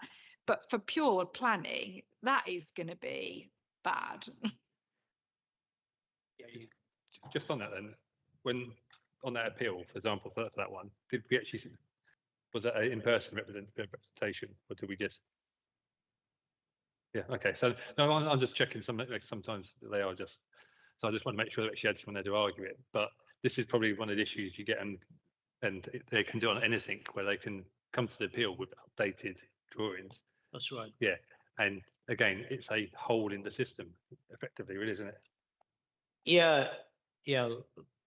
Well, I think Claudine knows this, but yeah, I mean, we're not. There's going to be a public inquiry starting at the end of February for a site in Headcorn, and the appellants for the Headcorn site are quoting the inspector from the Marden Copper Lane site. So we will answer those points directly, and we will point out that the inspector on the Copper Lane appeal made mistakes, and we can prove it factually. And you could say, oh well, you know, sort of, oh, why are you carrying on, you know, fighting this? It's because I might be wrong. I don't think I am, but as you and Paul were alluding to, in my experience, particularly at public inquiry, all the illustrative plans that the developer has submitted are very illustrative, or we'll do this, Mr. or Mrs. Inspector, we'll do that. Yeah, just give us permission. And of course, a lot of time they do. As we all know, as soon as they got that permission at outline, and this is why I'm carrying on Headcorn, they become fixed. You know, the illustrative 130, no way are they going back from 130. So it can sound sort of like disheartening, but I think we have to keep on, well, sorry to use this kind of English, but fighting on these points.